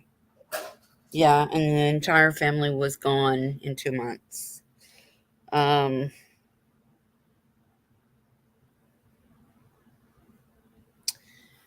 Yeah. This woman is something else. Sister had bunk beds, like at my dad's house, and I was like, when we were little girls, and me and my sister were the same age apart as him and as his 2 daughters, So I told him, I was like, they're gonna love it. I was like, they might be like stuck in one room together. I was like, but they'll become like best buddies, and it was really exciting. Like, I liked helping him, and I just wanted him to like, I don't know. This is what he told me he wanted. So I was like, well, I will help you do the research. But another thing that I really took care of was to be like, where is she moving to? I was never like, you know what, screw your wife, try to get full custody. None of that bullshit. It was always just like, I'd ask him, I'm like, what kind of custody you guys gonna have? Because he said he at work. Why is she rambling about this instead of just answering the freaking questions? They're about to switch his schedule. So right now he's like on Monday through Friday. And they're about to switch these guys to 8 days on, 6 days off. That's tough. Ooh. That's awesome. And I was asking him, I was like, you gonna have your kids like on that set of days off. I was like, that would work perfect. Like one gone, one gone. I was just like, we just talk about it. I'm like, what is your plan? And he's like, we haven't figured out exactly what we're going to do about the kids yet. But he told me, he's like, Colorado's 50-50 state, and she's okay with everything 50-50. Like, he said that she was like on board with this because she wanted it to. Like, she was checked out as a relationship. Bull crap. She did not. Why would she be buying relationship books and trying to get him to go to counseling and all this kind of stuff? She was having another baby. She wanted the white picket fence. So what the hell are you blowing smoke up these people's butts for? Because you want to make yourself look good? So that was like how he made this sound. That it was like a very like kosher, we're done kind of thing. Did you ever give him like books or articles or anything to read about saving your marriage? Did you ever provide anything to him like that? About saving his marriage? Yeah, like how to recover a marriage or how to save your marriage. There's all sorts of publications and books out there. No, but I did tell him. Marcy, I want to see that picture. If you have it, you can email it to me. Marcy says, we found a picture with legs sticking out from underneath the basement bed. They said he was going to turn on her. Chris was going to turn on her? He should have. You think she went to Myrtle Beach when he was in North Carolina? It's a good question. I think she was chomping at the bit coming up with this whole plan of what happened August 13th of 2018 to the Watts family. This woman, Nicole Kessinger, was coming up with this plan while he was gone. She was fit to be tied when he was gone because he was out of her control. Maybe she had a harder time communicating with him while he was gone because he was with his family and Shanann's family.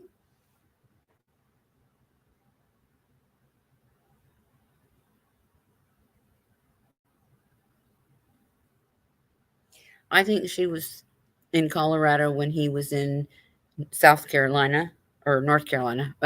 One or the other. I can't never remember. In the Carolinas. Myrtle Beach is South Carolina. I know. Let's see. Because I've been there. But no, I don't think she went there. I think she was pissed.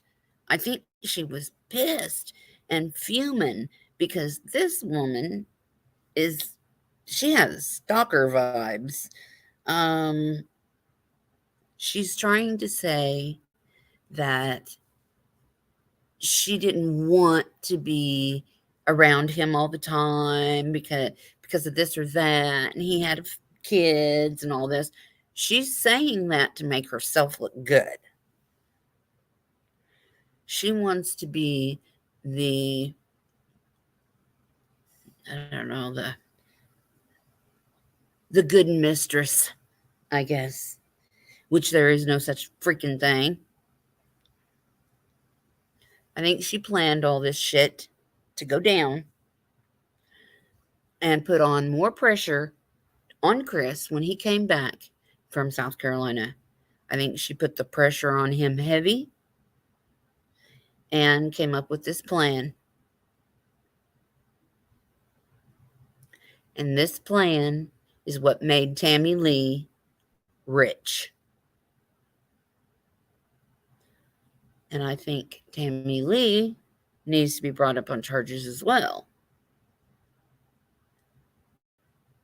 Because she did some of her own lying. Chris, they said that they came on the news and said, after Chris's father said, how long is this going to be before it hits the news? Oh, well, Tammy Lee says, yeah, I got that video too somewhere. That it wasn't going to be a long time. And then she tells Chris's father, oh, don't forget your phone. You can go out in the hall and text your wife. Text your wife that your son killed his wife and children? Are you kidding me? That is no way to tell her that through a text. Are you kidding? Tammy Lee is crooked as Nicole Kessinger, in my opinion. She got rich off of this case. And I know I keep saying that, but she did. She got famous off of this case. And Nicole Kessinger, she walked. She walked away. And in all these interviews you see of Chris, he's nervous as hell. He's sweating. He's pacing. He's rocking back and forth. He is scared. And this person here is cool as a cucumber. Because she is a liar, a manipulator, and a narcissist. Sociopath, psychopath. I don't know. I'm not a therapist. I can't tell you what exactly. But I feel like she planned this when he was in North Carolina because her brain was just spinning. Okay, how can I get him? How can I get him? How can I get him? I got to get these people out of his life. And she had no care for any of them. The only one she cares for is herself. I don't know if I did this through text or phone. That will be something you guys will, I'm sure, figure out. But I told him a few times, like, I think that you should take the time to read some articles about what separation does to kids.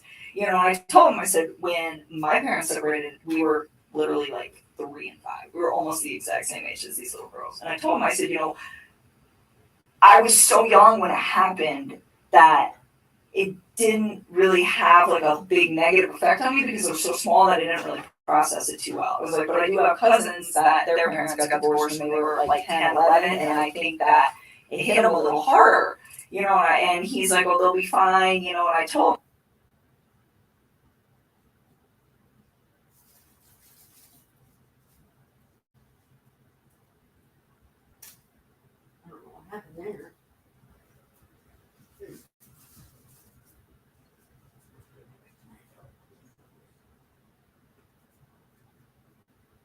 I was like, even though they're small and you think that they'll be fine, I was like, I think you guys should just read about it just so that you guys are prepared in case, you know, one of these two starts having a hard time with the fact that you guys aren't in the same house anymore.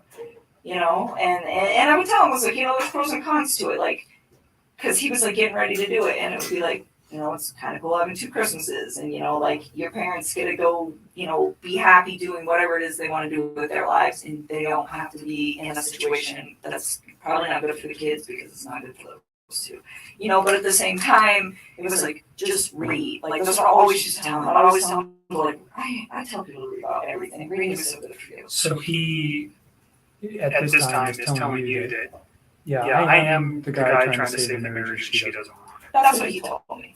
That's what he told me. So, and and then he was like, she doesn't want it, so I'm not gonna do it. And then it was like, we're filing for divorce, we're selling a house, and this was like all as soon as they were coming back from North Carolina, like boom, boom, boom, boom, boom. Would you recall when he gets back from North Carolina? No, I don't even know how long he's out there. I know it was like less than 2 weeks or more than 1.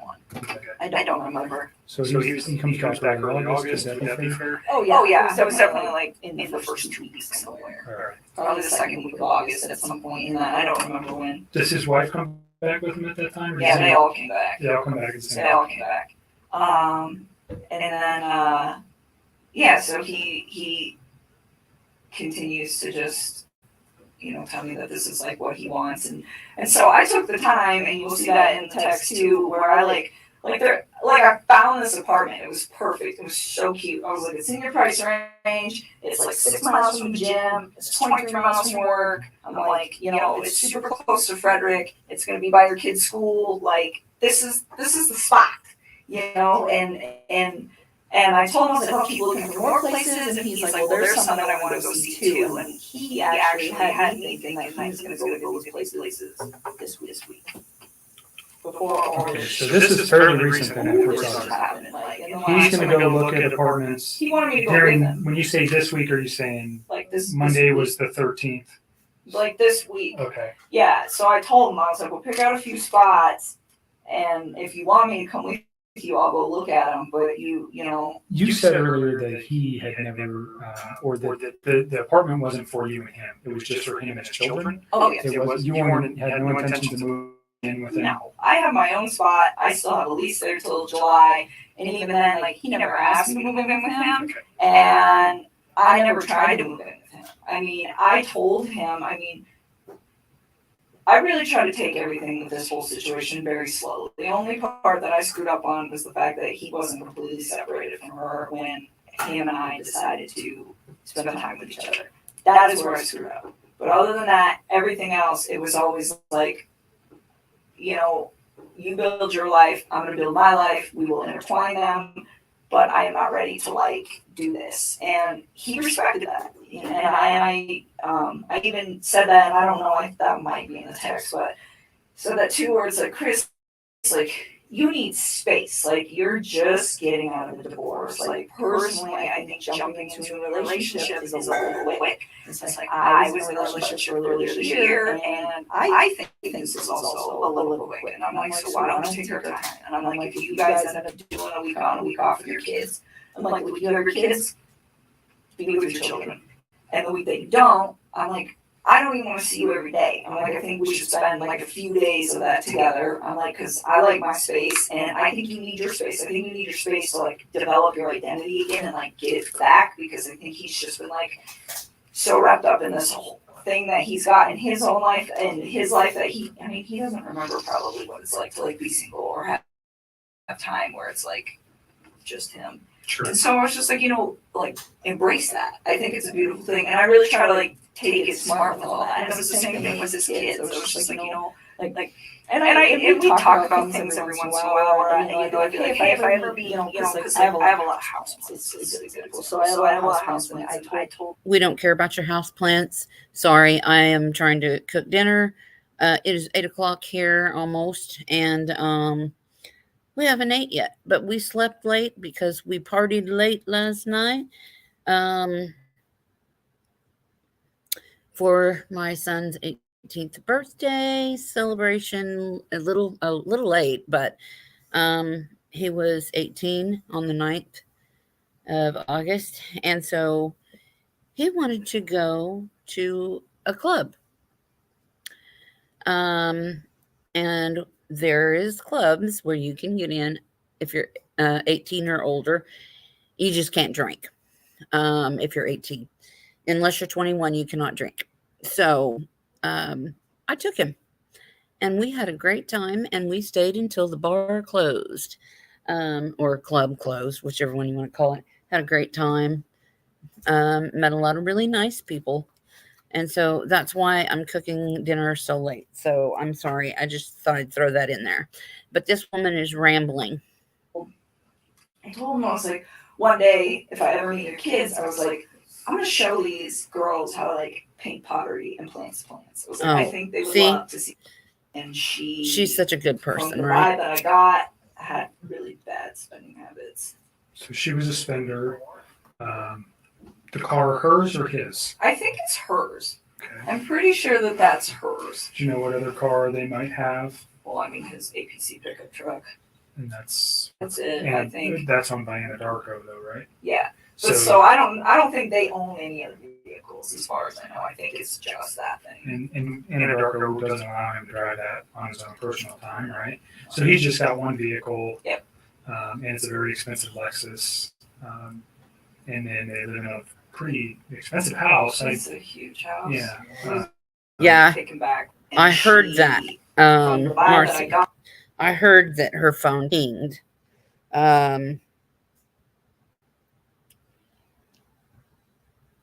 In his neighborhood, close to his house. She may have left her phone in her car and parked down the street or something, Marcy says to be looking wedding dresses up. And was it in 2017? She didn't know him, but made sure she got a job where he worked.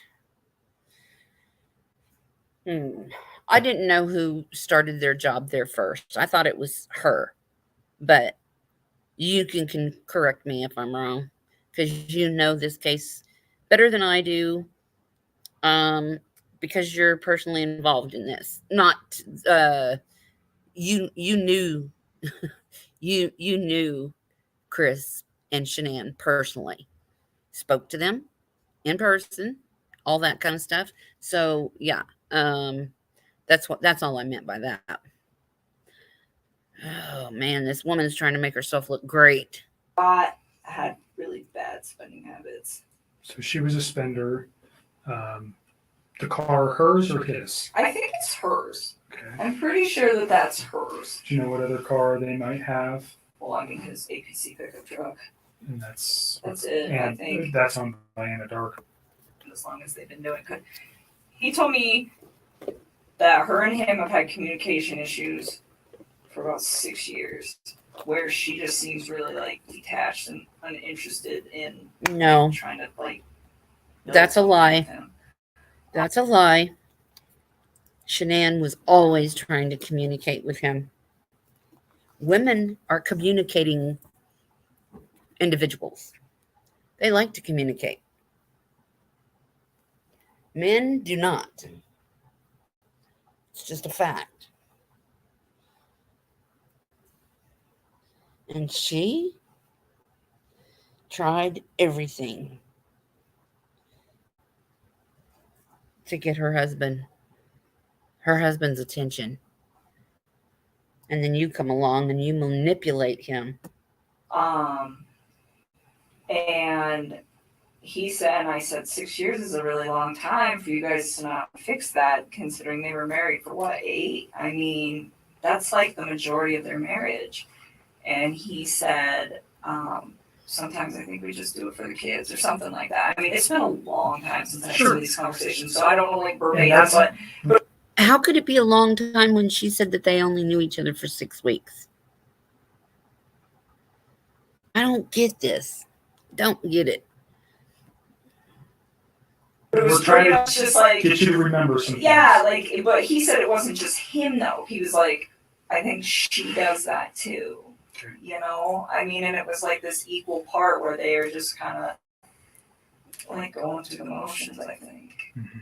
And so, like, when he told me that she was cool with, I hope this investigator knows that this woman is lying through her teeth.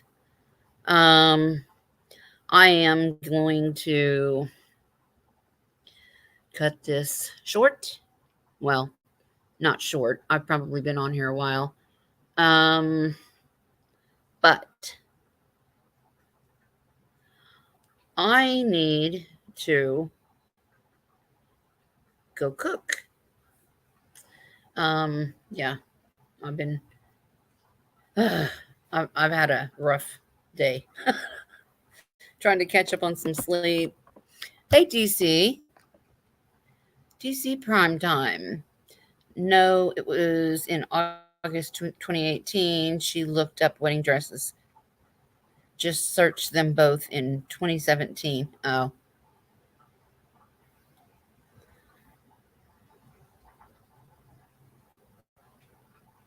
That is not true. 6 weeks is a lie. Well, see, I heard that they were together. Sorry. Longer than that. It was like a year or something.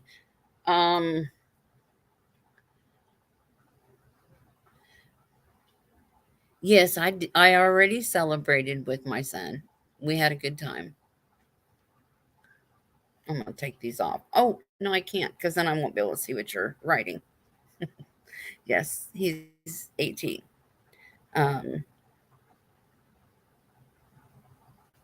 He's all grown up. He's legal now.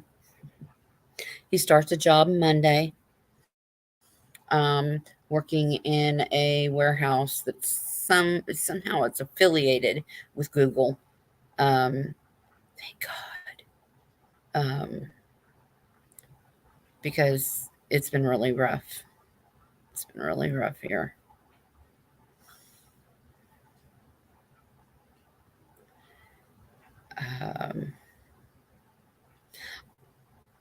But I guess that's just not, that's not anything that anybody needs to be worried about. Those are my problems. But they planned to have another baby together. They did. I remember that from some of her Facebook posts and stuff. Yeah, she wanted Shanann's life. She wanted the picket fence, the children, and the husband. And I just really want this trial to be redone. And I want her to pay for her part in this. And Marcy, if you have that picture, send it to me through my email. I'm sure you have it. DC, Right. Chris wanted a baby at first until Mistress Challen changed his mind. Yeah, I believe that. I do. She's very manipulating, in my opinion, and I will. I will probably do some more stories on Chris Watts, and I will get my crap together and have this all better planned out for you. I'll have to find pictures. You have so many pictures. And I do want to thank Nicole Atkinson for being so persistent with Shanann being missing and the kids being missing. I got to hand it to her.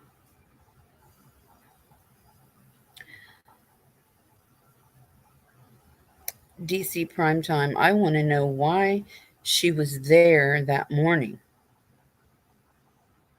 That's what I want to know. And what I said earlier was I believe she was there the morning that Shanann came home. And this is just my opinion. That's just my opinion alone. That she was there. Nicole Kessinger was there. And once Shanann went to sleep, she suffocated the girls. And then Chris suffocated Shanann or strangled her. But I feel like he was pressured into it. I really do. I mean, it used to, I thought he was the worst, most despicable, which I'm not saying that what he did was right or not despicable. It's disgusting. What he did was disgusting. But I also feel that what she did needs to be paid for because Nicole set this. I think she just planned this whole thing out when he was in South Carolina with Shanann and his kids and his parents and her parents. You think she helped dig the grave?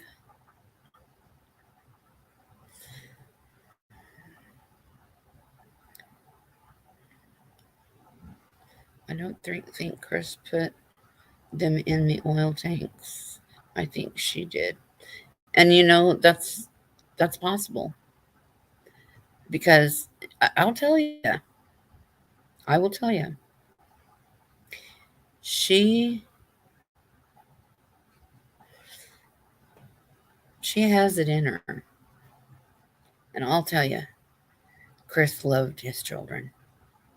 You can tell by the pictures.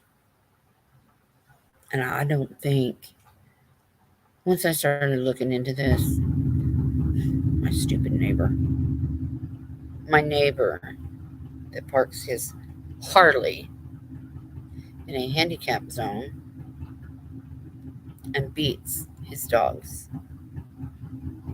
next door.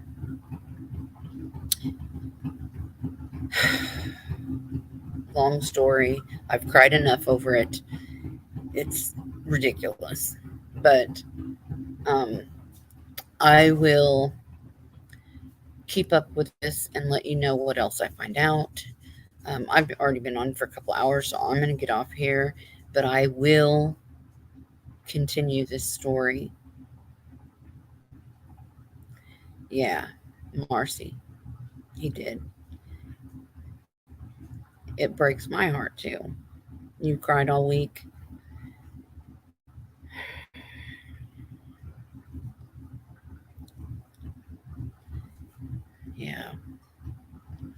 Marcy, I apologize to you profusely. I should have known better,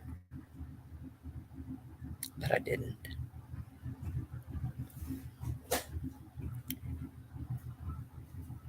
And I am really sorry. And I'm glad that you were persistent with this story, because it's not just a story to you. It's a story. It's not a story. It's part of your life, and I'm sorry. And I love you. I hope you can forgive me. You told me that Nicole was there. Nicole did what she did. I believe it. I believe you now. I just thought you were just so passionate about things. And you are. You are.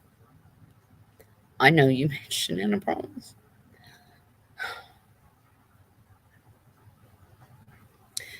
Yeah. Marcy.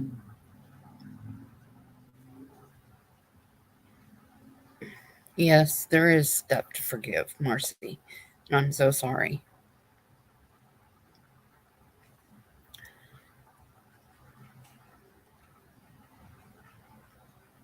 I want to hear the question too.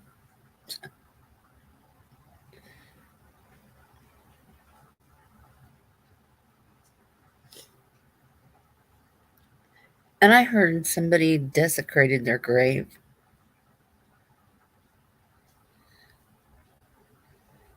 How could you do that? That is like the worst thing. I mean, one of the most ridiculous things that anybody could do.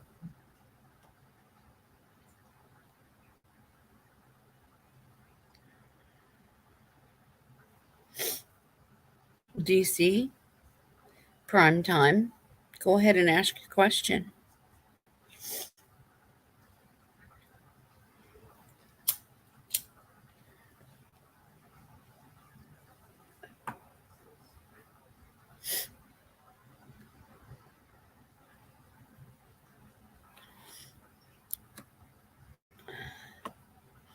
You have heard Shanann lock the children in their bedrooms 15 hours a day.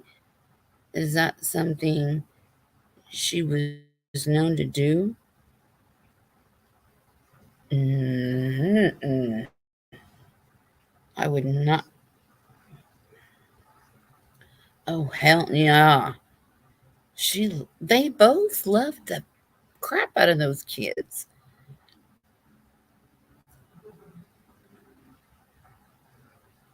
There's no way. Marcy, I don't consider that a cuss word. But no, I don't think so either. Not at all. Shanann loved her kids, and so did Chris. He really did. And that's why he could not bring himself to do that. But Nicole,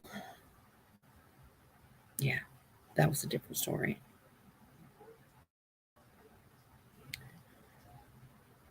That's something that was something that impressed last night, early this morning. And I have seen no evidence of that. Where did that come from? Just like, I would be curious to know who said that.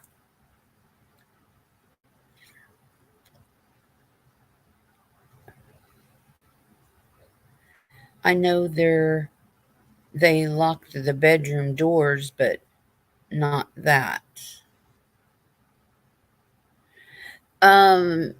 It was something about the bathroom, because the girls would go in there and get into things like Vaseline things like that, and make a big mess. But that was the only thing. It was on another channel. You can say the channel. I don't have a problem with that.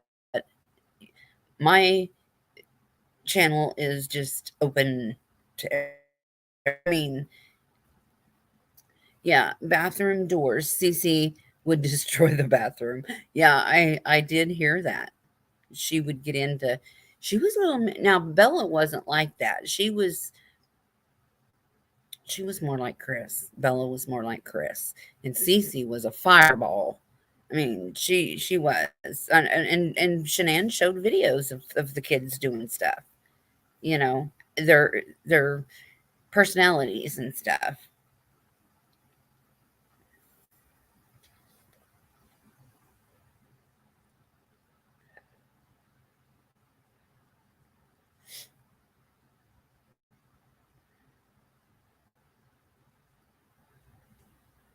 I remember my kid one time went in there, and there was a hair conditioner on the side of the bathtub that was on the outside.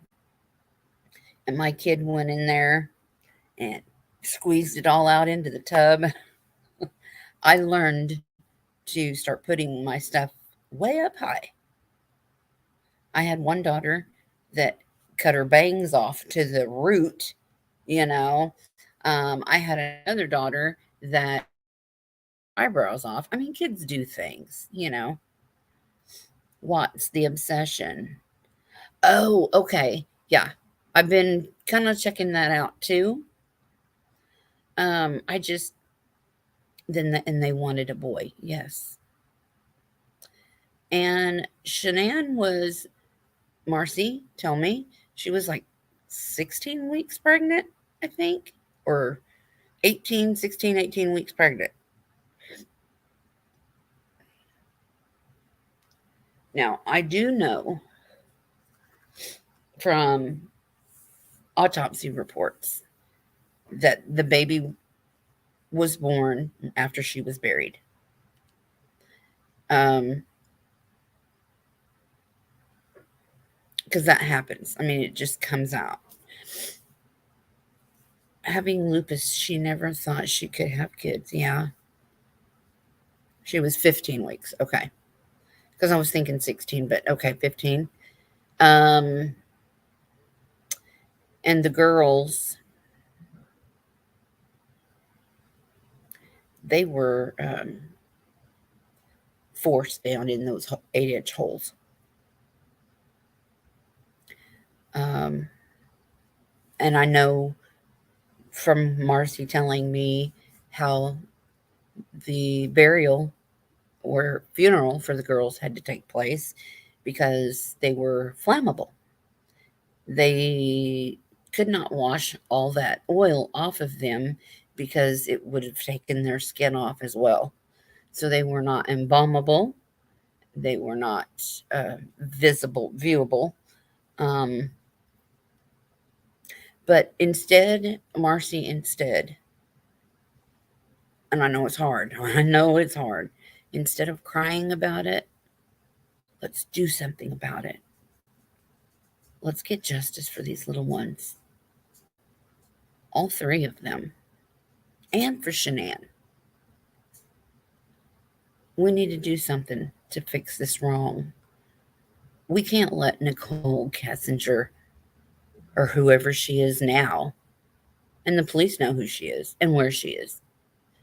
We can't let her get away with letting Chris take the fall for all this. I mean, yeah, he didn't. He's not a prince in this. I'm not saying that. I think it's awful to lock your children in their room. And I saw Marcy was here. I just wanted to ask. Well, you're more than welcome to. And you talk about her every day, Marcy. I know, and I know you're obsessed with this. But let's just make it Yeah, not my Shanann. Let's be her voice.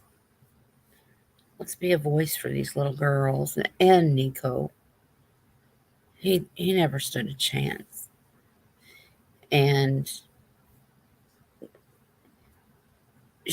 Nicole needs to pay for her part in this, in my opinion.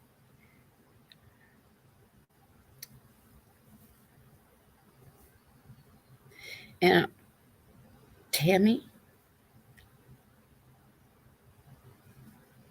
she went straight to the press saying that he confessed to unaliving all of them. He didn't. He confessed to Shanann and disposing of the girls. But he never admitted to killing them.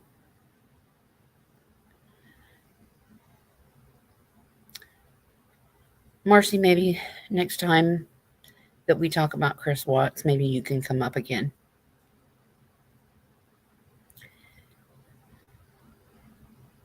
From the get-go, I suggested a law called Shanann's Law. Yeah. There is a website. It's called change.org, where you can start petitions for new laws.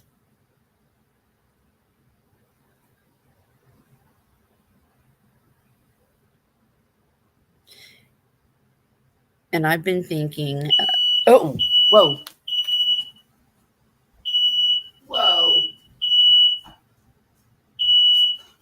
Oh, dang.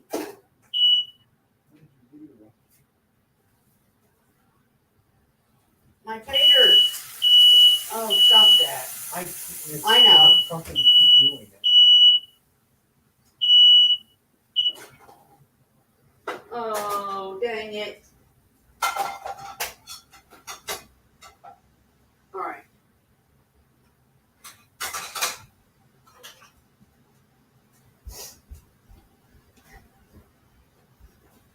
Yeah, I was going to tell you to watch that. Okay, well.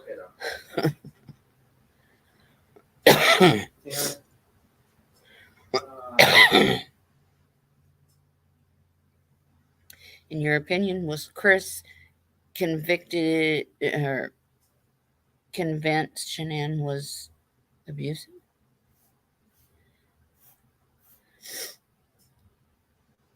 I don't.